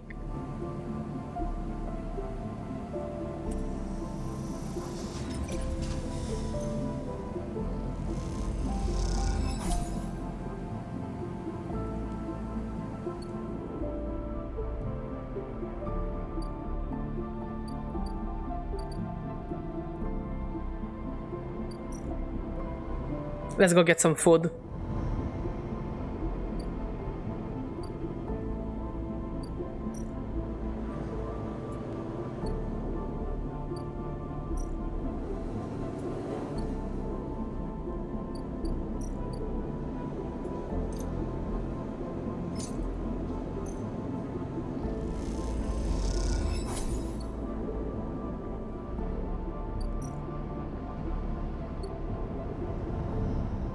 Yeah, we are not doing the Gucciest, but we will have to make do.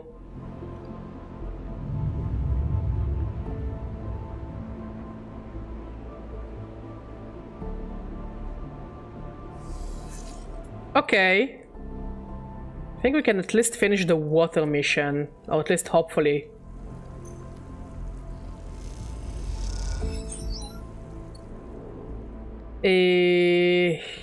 Algae stacks.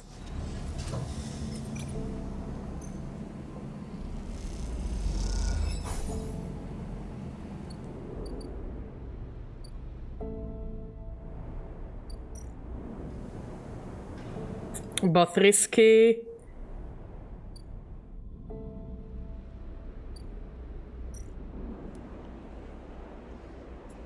I need energy and food.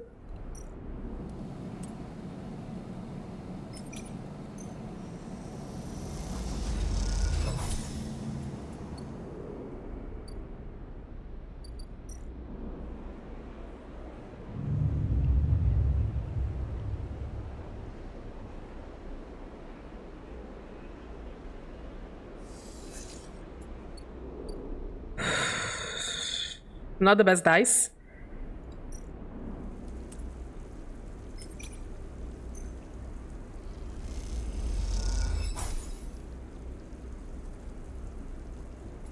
We got a scrap item, which is good. We need to give them scraps, even though we also really need the money.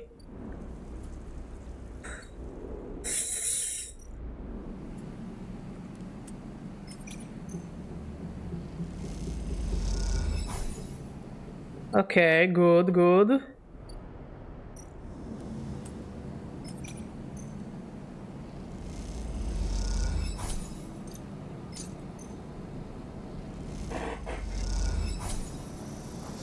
Got some food.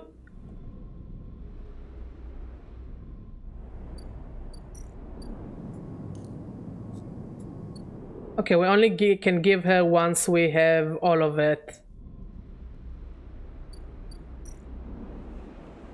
She's really walking us.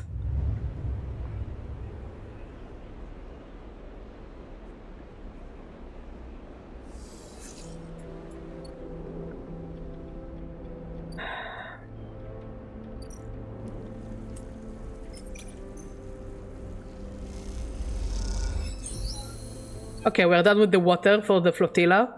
Tucked into a service corridor deep below the reservoir, Ash is double-checking the seals on the water tanks loaded into the motorized trolley. So you're far enough away from any thoroughfares not to worry about being overheard. You both still speak in hushed tones. How will you get this to the Briar? Ash glances back at you. We will trolley this up to a bay further along, and then we will bring in the Briar for a quick and quiet collection. Speaking of quiet, she gives you a look, and then looks pointedly back down the corridor towards the reservoir, before hitting the ignition on the trolley to start it moving. You take the other side of the trolley and walk it up the wide service corridor with its flickering lights and solemn detritus. You doubt it gets used by Havenage, at least that's the hope. You glance across at Ash, her face a mask of determination as she guides the trolley along. Maybe some conversation will make this journey go a little easier. How did you meet Peak? Ash pauses, a little surprised by your question. She glances back down the tunnel, but in this deserted passage, she can hardly keep up the pretense of silence. We grew up together, she answers quickly and turns back to the trolley, but she can tell you are expecting her to add more. She seems to gather herself for an answer, not wanting to ignore you, but trying instead to get her answer straight in her head. Our outpost, Hawthorne, is not an easy place to grow up.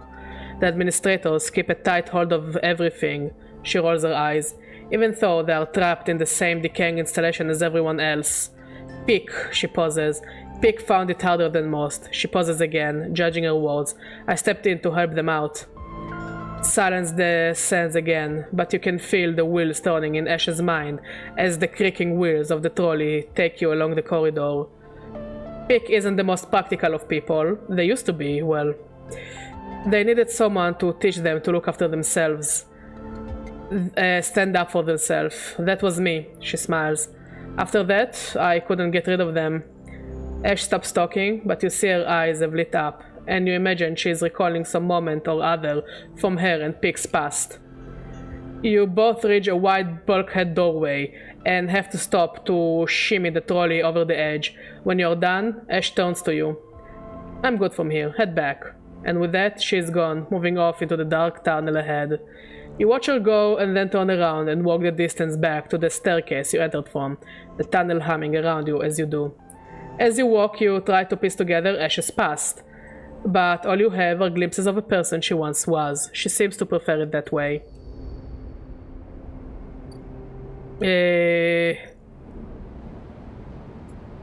No, let's go to the farm stacks.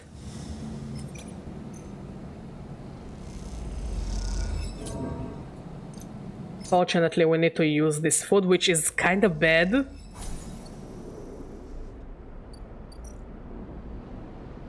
I think we will actually need to take the scraps and sell them so we can buy medicine.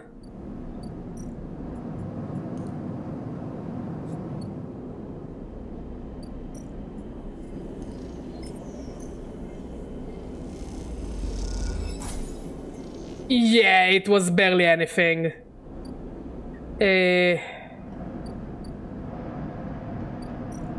Yeah, we ain't doing too Gucci.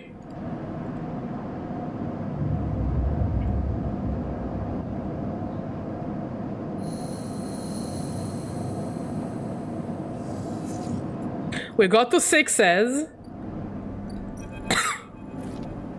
Tala comes to you in one shift when the bar is empty, tapping you on the shoulder as you clean the bar.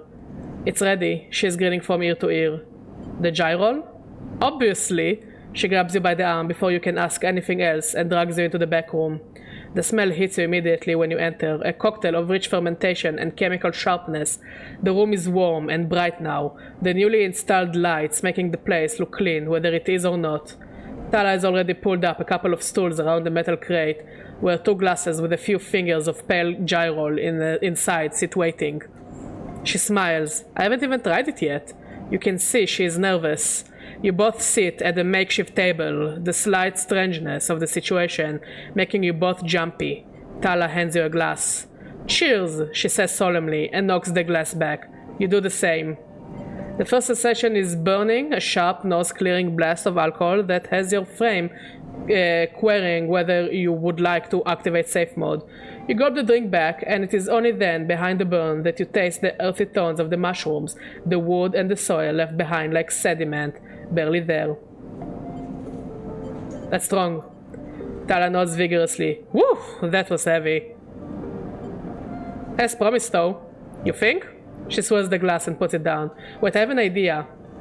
Tala grabs a metal bottle from a newly installed work surface and adds a few drops of water into the gyro. Try again. This time the burn is a warming glow, harsh but fading away, and the woodiness less heavy. You taste something floral in among the marshy decay, something fresh and bright that you never expected to find. Both you and Tala meet eyes. It's really good, right? It is.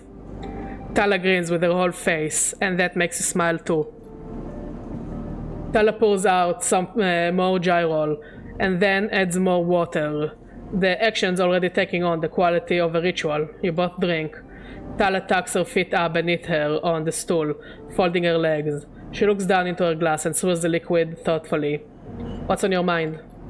Tala looks up, at nothing in particular. My father opened this place, you know, she says out of nowhere, a thought suddenly becoming words. It was his attempt at making a life for us, for my family, when we got to the Eye. You're refugees? From Sinza, yes. It's one of Amber's lesser moons. She takes a drink. I don't remember much, I was only tiny when we came. I was just thinking about something my father told me. When he first set this place up, he wanted to call it the Bantayan, but he was afraid it would scare off the customers, so he kind of translated it, hence the Overlook. And these past few cycles, when I've been in here, I've been thinking that I should rename the place. She looks at you. The Bantayan, what do you think? I love it. She looks away. Me too. Tala picks up her glass. That settles it then. To the Bantayan. You both clink your glasses and drink up. Tala hisses through her teeth. Still harsh, she laughs. And then suddenly grabs your shoulder. Oh, Slipper, I totally forgot. She stumbles to her feet. She rushes over the corner of the room, covered with a plastic sheet, and whips it off like a magician performing a trick. Beneath it, a neat little kitchen, a sink, a work surface, and a compact oven with a hob. Your kitchen! Does it mean we can cook for free? She doesn't give you time to respond. You can come make stuff here anytime, as long as you promise not to raid the mushroom farm. I need those for the gyro. I was thinking too that if things pick up, we can start serving proper food at the the Bantayan, she laughs. Do you like it? It's perfect. Tala gives you a hug, then quickly stands back. I'm sorry, I'm so glad you're here, she grins.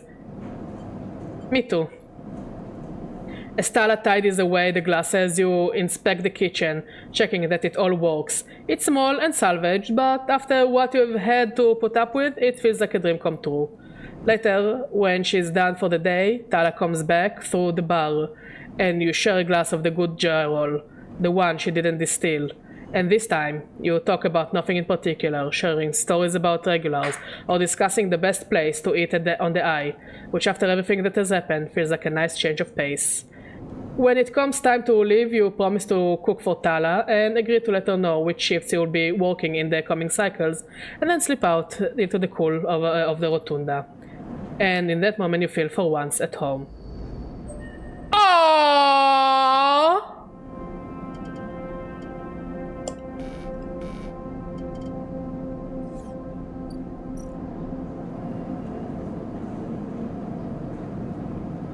Okay, so we need to get mushrooms to cook. So it's not really cook for free. But also we're not hungry now. So we can focus on our missions.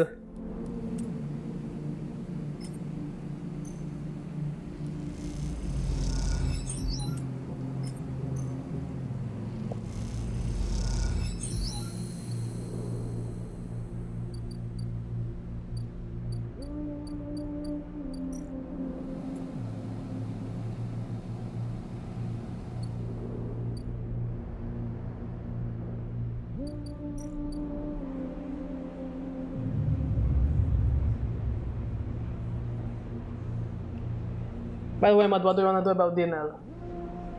Okay. A rapid burst of movement catches your attention. A drone, its fins adjusting as it hovers in place, floats in the corridor. Hello. The drone shifts a little but does not respond.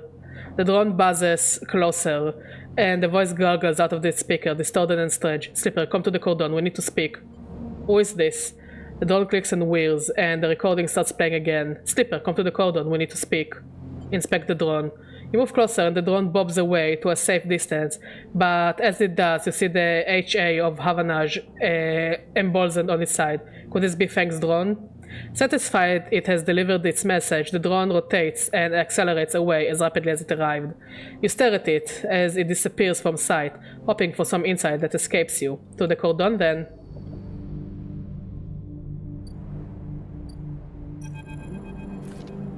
As you enter the passage that leads through the cordon, a flash of movement catches your eye, the drone.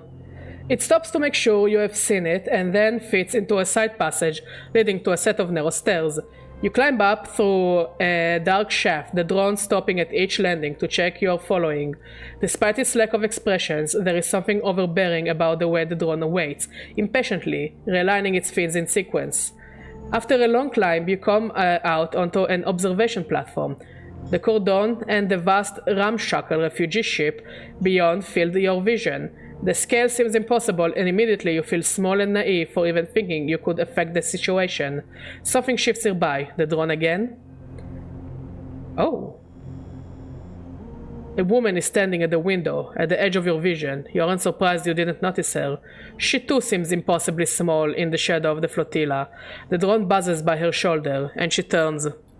Slipper, sorry for all the cloak and dagger nonsense, she nods at the drone, but I have never regretted being cautious. She smiles a tight smile and holds out a hand. I'm Helen. Shake her hand.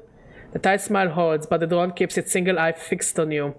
The effect is a little unnerving. Look, she glances around the empty observation deck, as if checking for potential eavesdroppers. Let's be straight with each other. I know about your plans and... She cuts it before you can respond. I understand your motives. You look at her in her overalls, the yellow markers, the HA sigil.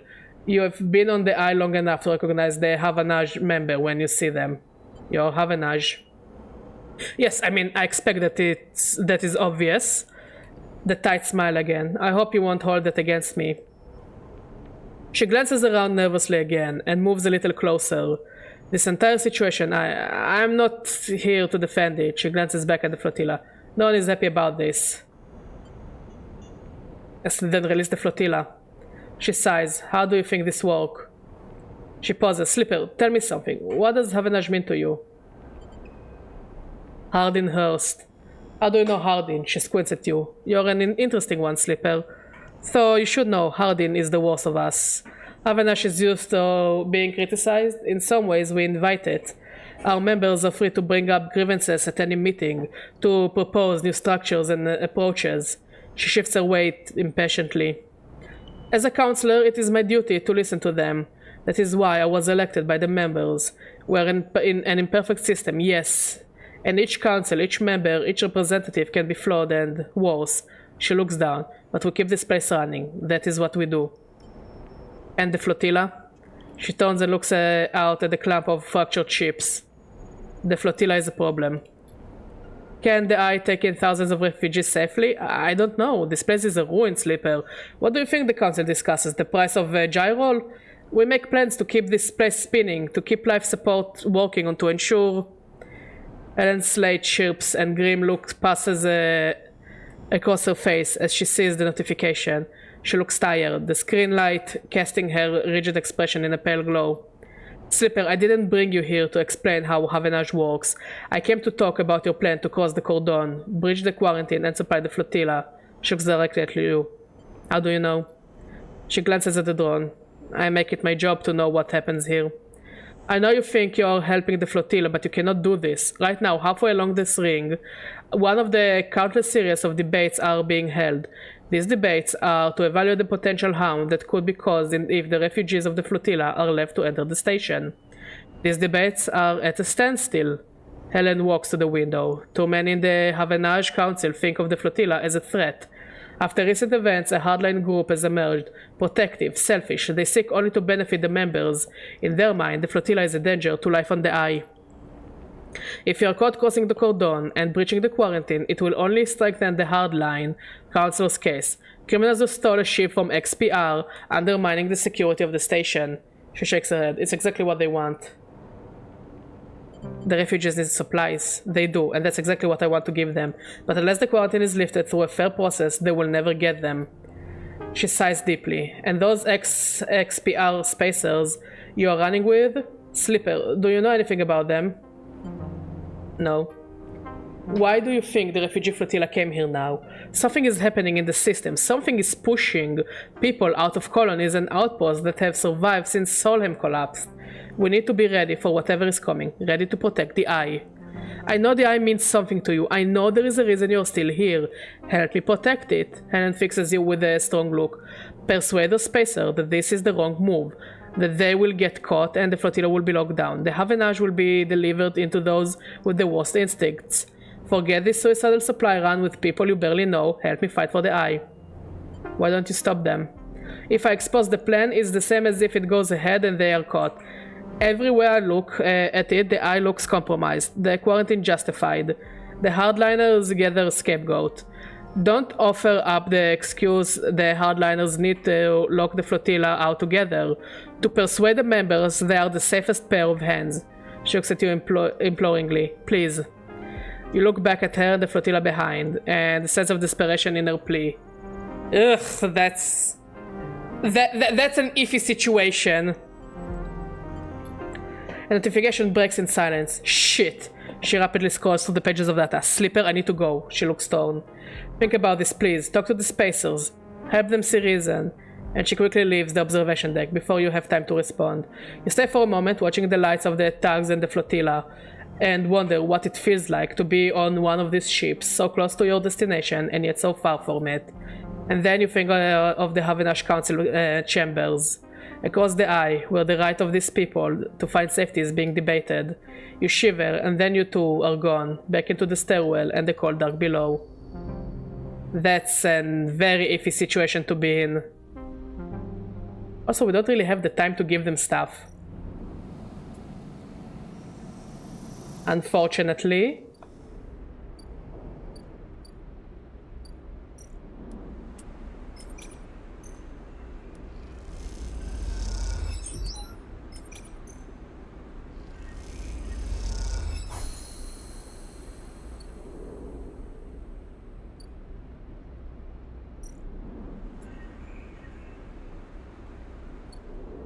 I still didn't find the farm to put the seed in, by the way.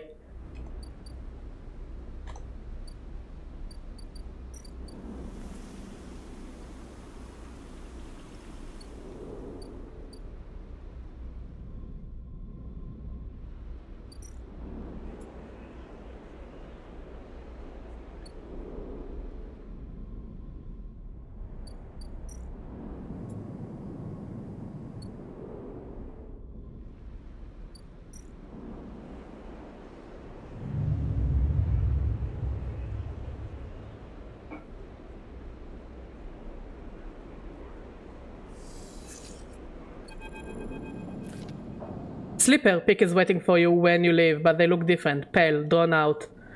You need to come up to the Briar now. They don't meet your eye. What happened?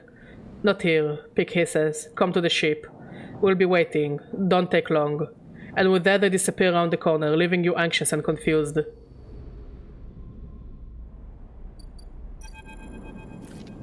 As you walk into the climbing Briar's cavernous bay, now filled with crates and containers, Ash is waiting for you.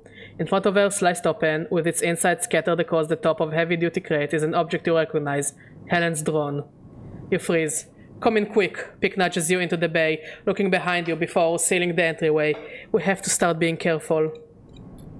You move closer to the container, your eyes on the drone, splayed out in pieces, some parts of it hooked up to a slate that Pick picks up and begins tapping away at it. Ash looks up from the dissection. We caught it buzzing around nearby, heading for the ship. She leans over and taps the HA sigil on one of the removed pieces of plating. It's a Havenash spy. We think we got it before it sent data back, but we can't be sure. Pick looks at you nervously. Ash cuts in. Have you noticed anyone watching you? Any drones like this? Anyone following you up to the Briar? I have seen this drone. Ash frowns. Following you. I met its owner. Ash pauses for a while, Pick looking between the two of you. Explain, Sleeper, Ash says quietly. Tell them about Helen. You explain that you met with Helen at the Cordon, and that you tell Ash and Pick about what she told you, that the Havenash Council are debating lifting the quarantine, but they are blocked by the hardliners. You speak faster and faster, but before you can finish, Ash walks away in anger, and then comes back again, her eyes burning. What is this, Sleeper? Have you understood nothing from what we've told you?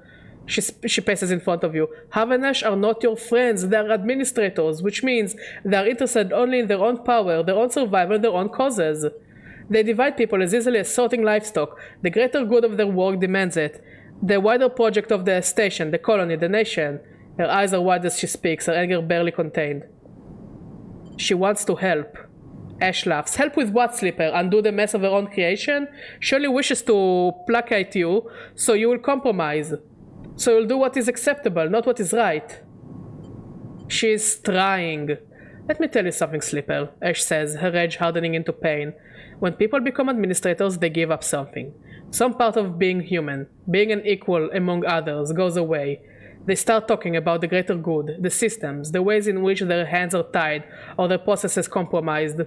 My mother was the administrator of Hawthorne, and I have been seen what it did to her. That noble, higher calling. It is toxic. People should never have the chance to decide the fate of others, and those that do so at the cost of their humanity. Pick tries to cut in, but Ash holds up a hand. Don't start, Pig. Don't ask me to be reasonable or calm down. Thousands of people are desperate out there. Being reasonable will only prolong their suffering. Helen can't help. Ash turns away. I'm done with this. You are risking this entire supply run just by being here. She walks back into the bay and starts checking the straps of the crates. I go next cycle. We don't need you anymore. Get out. Slipper. Pig looks torn. You have to understand, this is personal for Ash. Helen warned me. Pig tenses. Warned you what, Slipper? Getting caught will be bad. You don't think we will know that? Pig looks tired. You glance around the Bay of Briar. The wall seeming closer every second. The whole thing is closing in on you. And the question is, where do you want to be when it all collapses? You look at Pig. And what do you think, Slipper? Pig rubs his forehead. Should we do this thing or not? I don't know. Pig nods. Me neither. They look at Ash. But you see her? She knows. And she saved my life, so I'm going to say we do it. They squeeze your shoulder. Onward. They slip away to help Ash, leaving you alone to replay the conversation in your head. A certain kind of grim determination settling in the room. Less chance to prepare. We unfortunately cannot help them prepare. We do not have the time nor the dice. And I still don't know how to unlock the stupid thing. And I need money and I need food.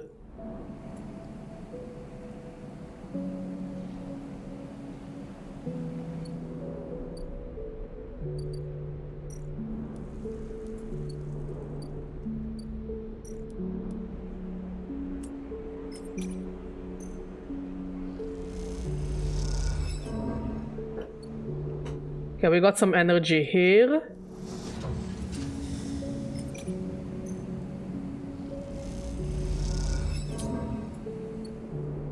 Okay, it's better than nothing. But yeah, we can't really do much. We got them the water.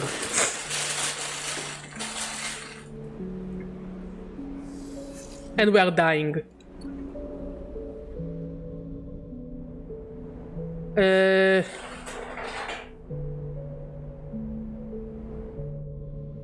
Let's try to get some money.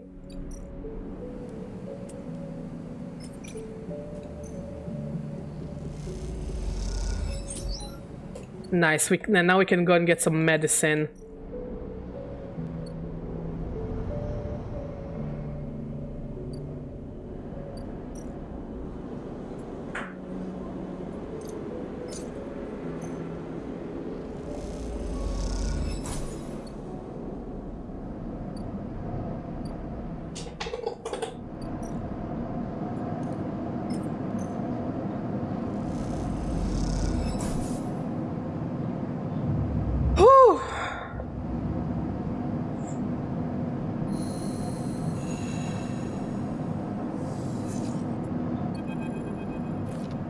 She's gone, Slipper. Pig is breathless and shaking. She started the run without us. Shit. Let's go. If we head to the cordon now, Pig starts to back up the corridor. They turn back. She has to make it, Slipper. She has to. A shiver runs down your spine. Ash, I hope you know what you're doing. Well, I know we failed the drive, but I don't think we really had any choice. You arrive, frantic and anxious, at the cordon. Pig is nowhere to be seen. Then you hear footsteps hammering on the metal stairway Helen's drone led you through before, the one that leads you to the observation deck. You leap up the stairs, two at a time, and make it to the top, momentarily blinded by the light pouring into the observation deck. Slipper, Pig emerges from the light. I know she's trying to protect me, but... what was she thinking? She was always planning this, I know it. They turn away. How could I have not seen it coming? I don't think there was actually a way for us to succeed unless we had like full dice and good rolls. There she is. Pig rushes to the wide window, leaning forward to catch a glimpse of the climbing Briar's blue XPR delivery against the black of the void. You spot the climbing Briar, a glint of blue and white, tiny and alone, arching down towards the red lights of the cordon. She is exposed, Pig says nervously. They will see her coming if they look. You watch the cordon and the buzzing tugs for any sign of movement, any response. The Briar crawls silently across your view. Come on, Ash. Pick hisses. Then you see it, a sudden flicker of yellow. Pick sees it too. Those two thugs are heading to cut her off. They grip the rail. Go, Ash! As if responding to Pick's urging, the Briar speeds up, driving for the cordon edge now, like a hawk descending. He tenses up. Pick grips the rail as the Briar races towards the edge of the cordon. That invisible net of sensors splayed between ships and drones. Can she pass through? The response is immediate. The moment the Briar hits the net of sensor, the entire cordon reacts. Sequences of blinking lights cascade out from the ship's position. The angry red of the cordon multiplied many times over. Shit! Pick presses a hand against the window. As they do, the Briar accelerates, weaving dangerously through the flotilla. You move closer to the window without thinking, unable to take your eyes off the rapidly descending ship, spinning between the hulls of the flotilla, a group of thugs now tracing its path in pursuit. The Briar drifts through the flotilla, but it is agonizingly slow. Come on, Ash! Pick shouts in desperation, pressing a palm against the glass. You squint at the gathering yellow glints of the thugs. They are too fast. You both watch in dismay as the thugs swarm the Briar, their shunts locking onto the hull of the ship and holding it in place. The Briar is stuck. Its drives unable to escape the thugs' grips, especially in the close quarters of the flotilla. Pick is silent, and you watch as the Briar is dragged away towards the facility at the edge of the rim, a hole opening up in the pit of your stomach. You look at Pick, but they don't respond. They don't take their eyes off the Briar. Even after it disappears, they stand there at the glass, their eyes fixed on the flotilla. She didn't even get the supplies through. Pick doesn't look at you. This was all for nothing. We can get her back. This was stupid, Slipper. Pick looks back at you, their eyes wet. A stupid plan. We had a ship and our freedom. Now what do we have? Pick slams a hand on the glass in frustration, making you jump. I won't be trapped again. I won't. They turn and rush out of the observation deck before you can say anything, leaving you alone with the cold and the light.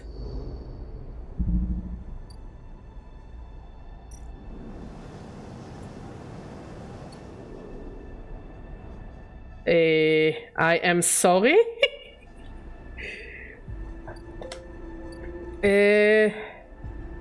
We are starving.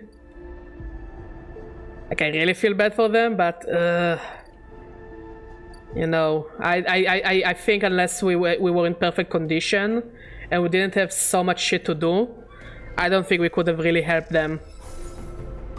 Like, if I knew it was timed, I would have probably went to grind on scraps and on money, so I could actually effectively help them. Unfortunately, I did not.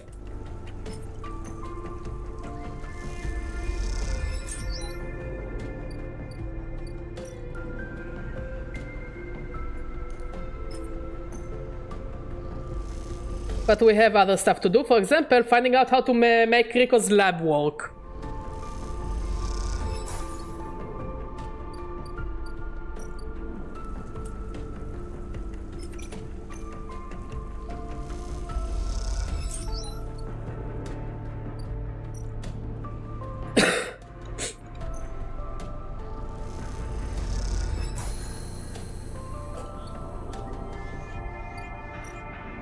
Okay, now we have to wait for 4 cycles.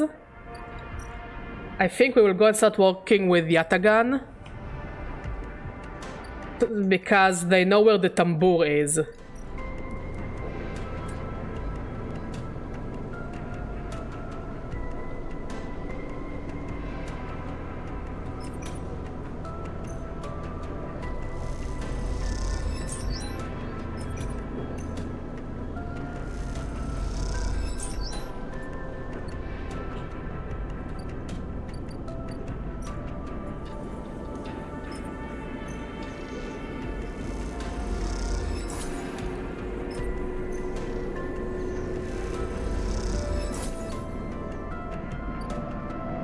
Wonder if we can grow mushrooms here. Nope, doesn't seem like it.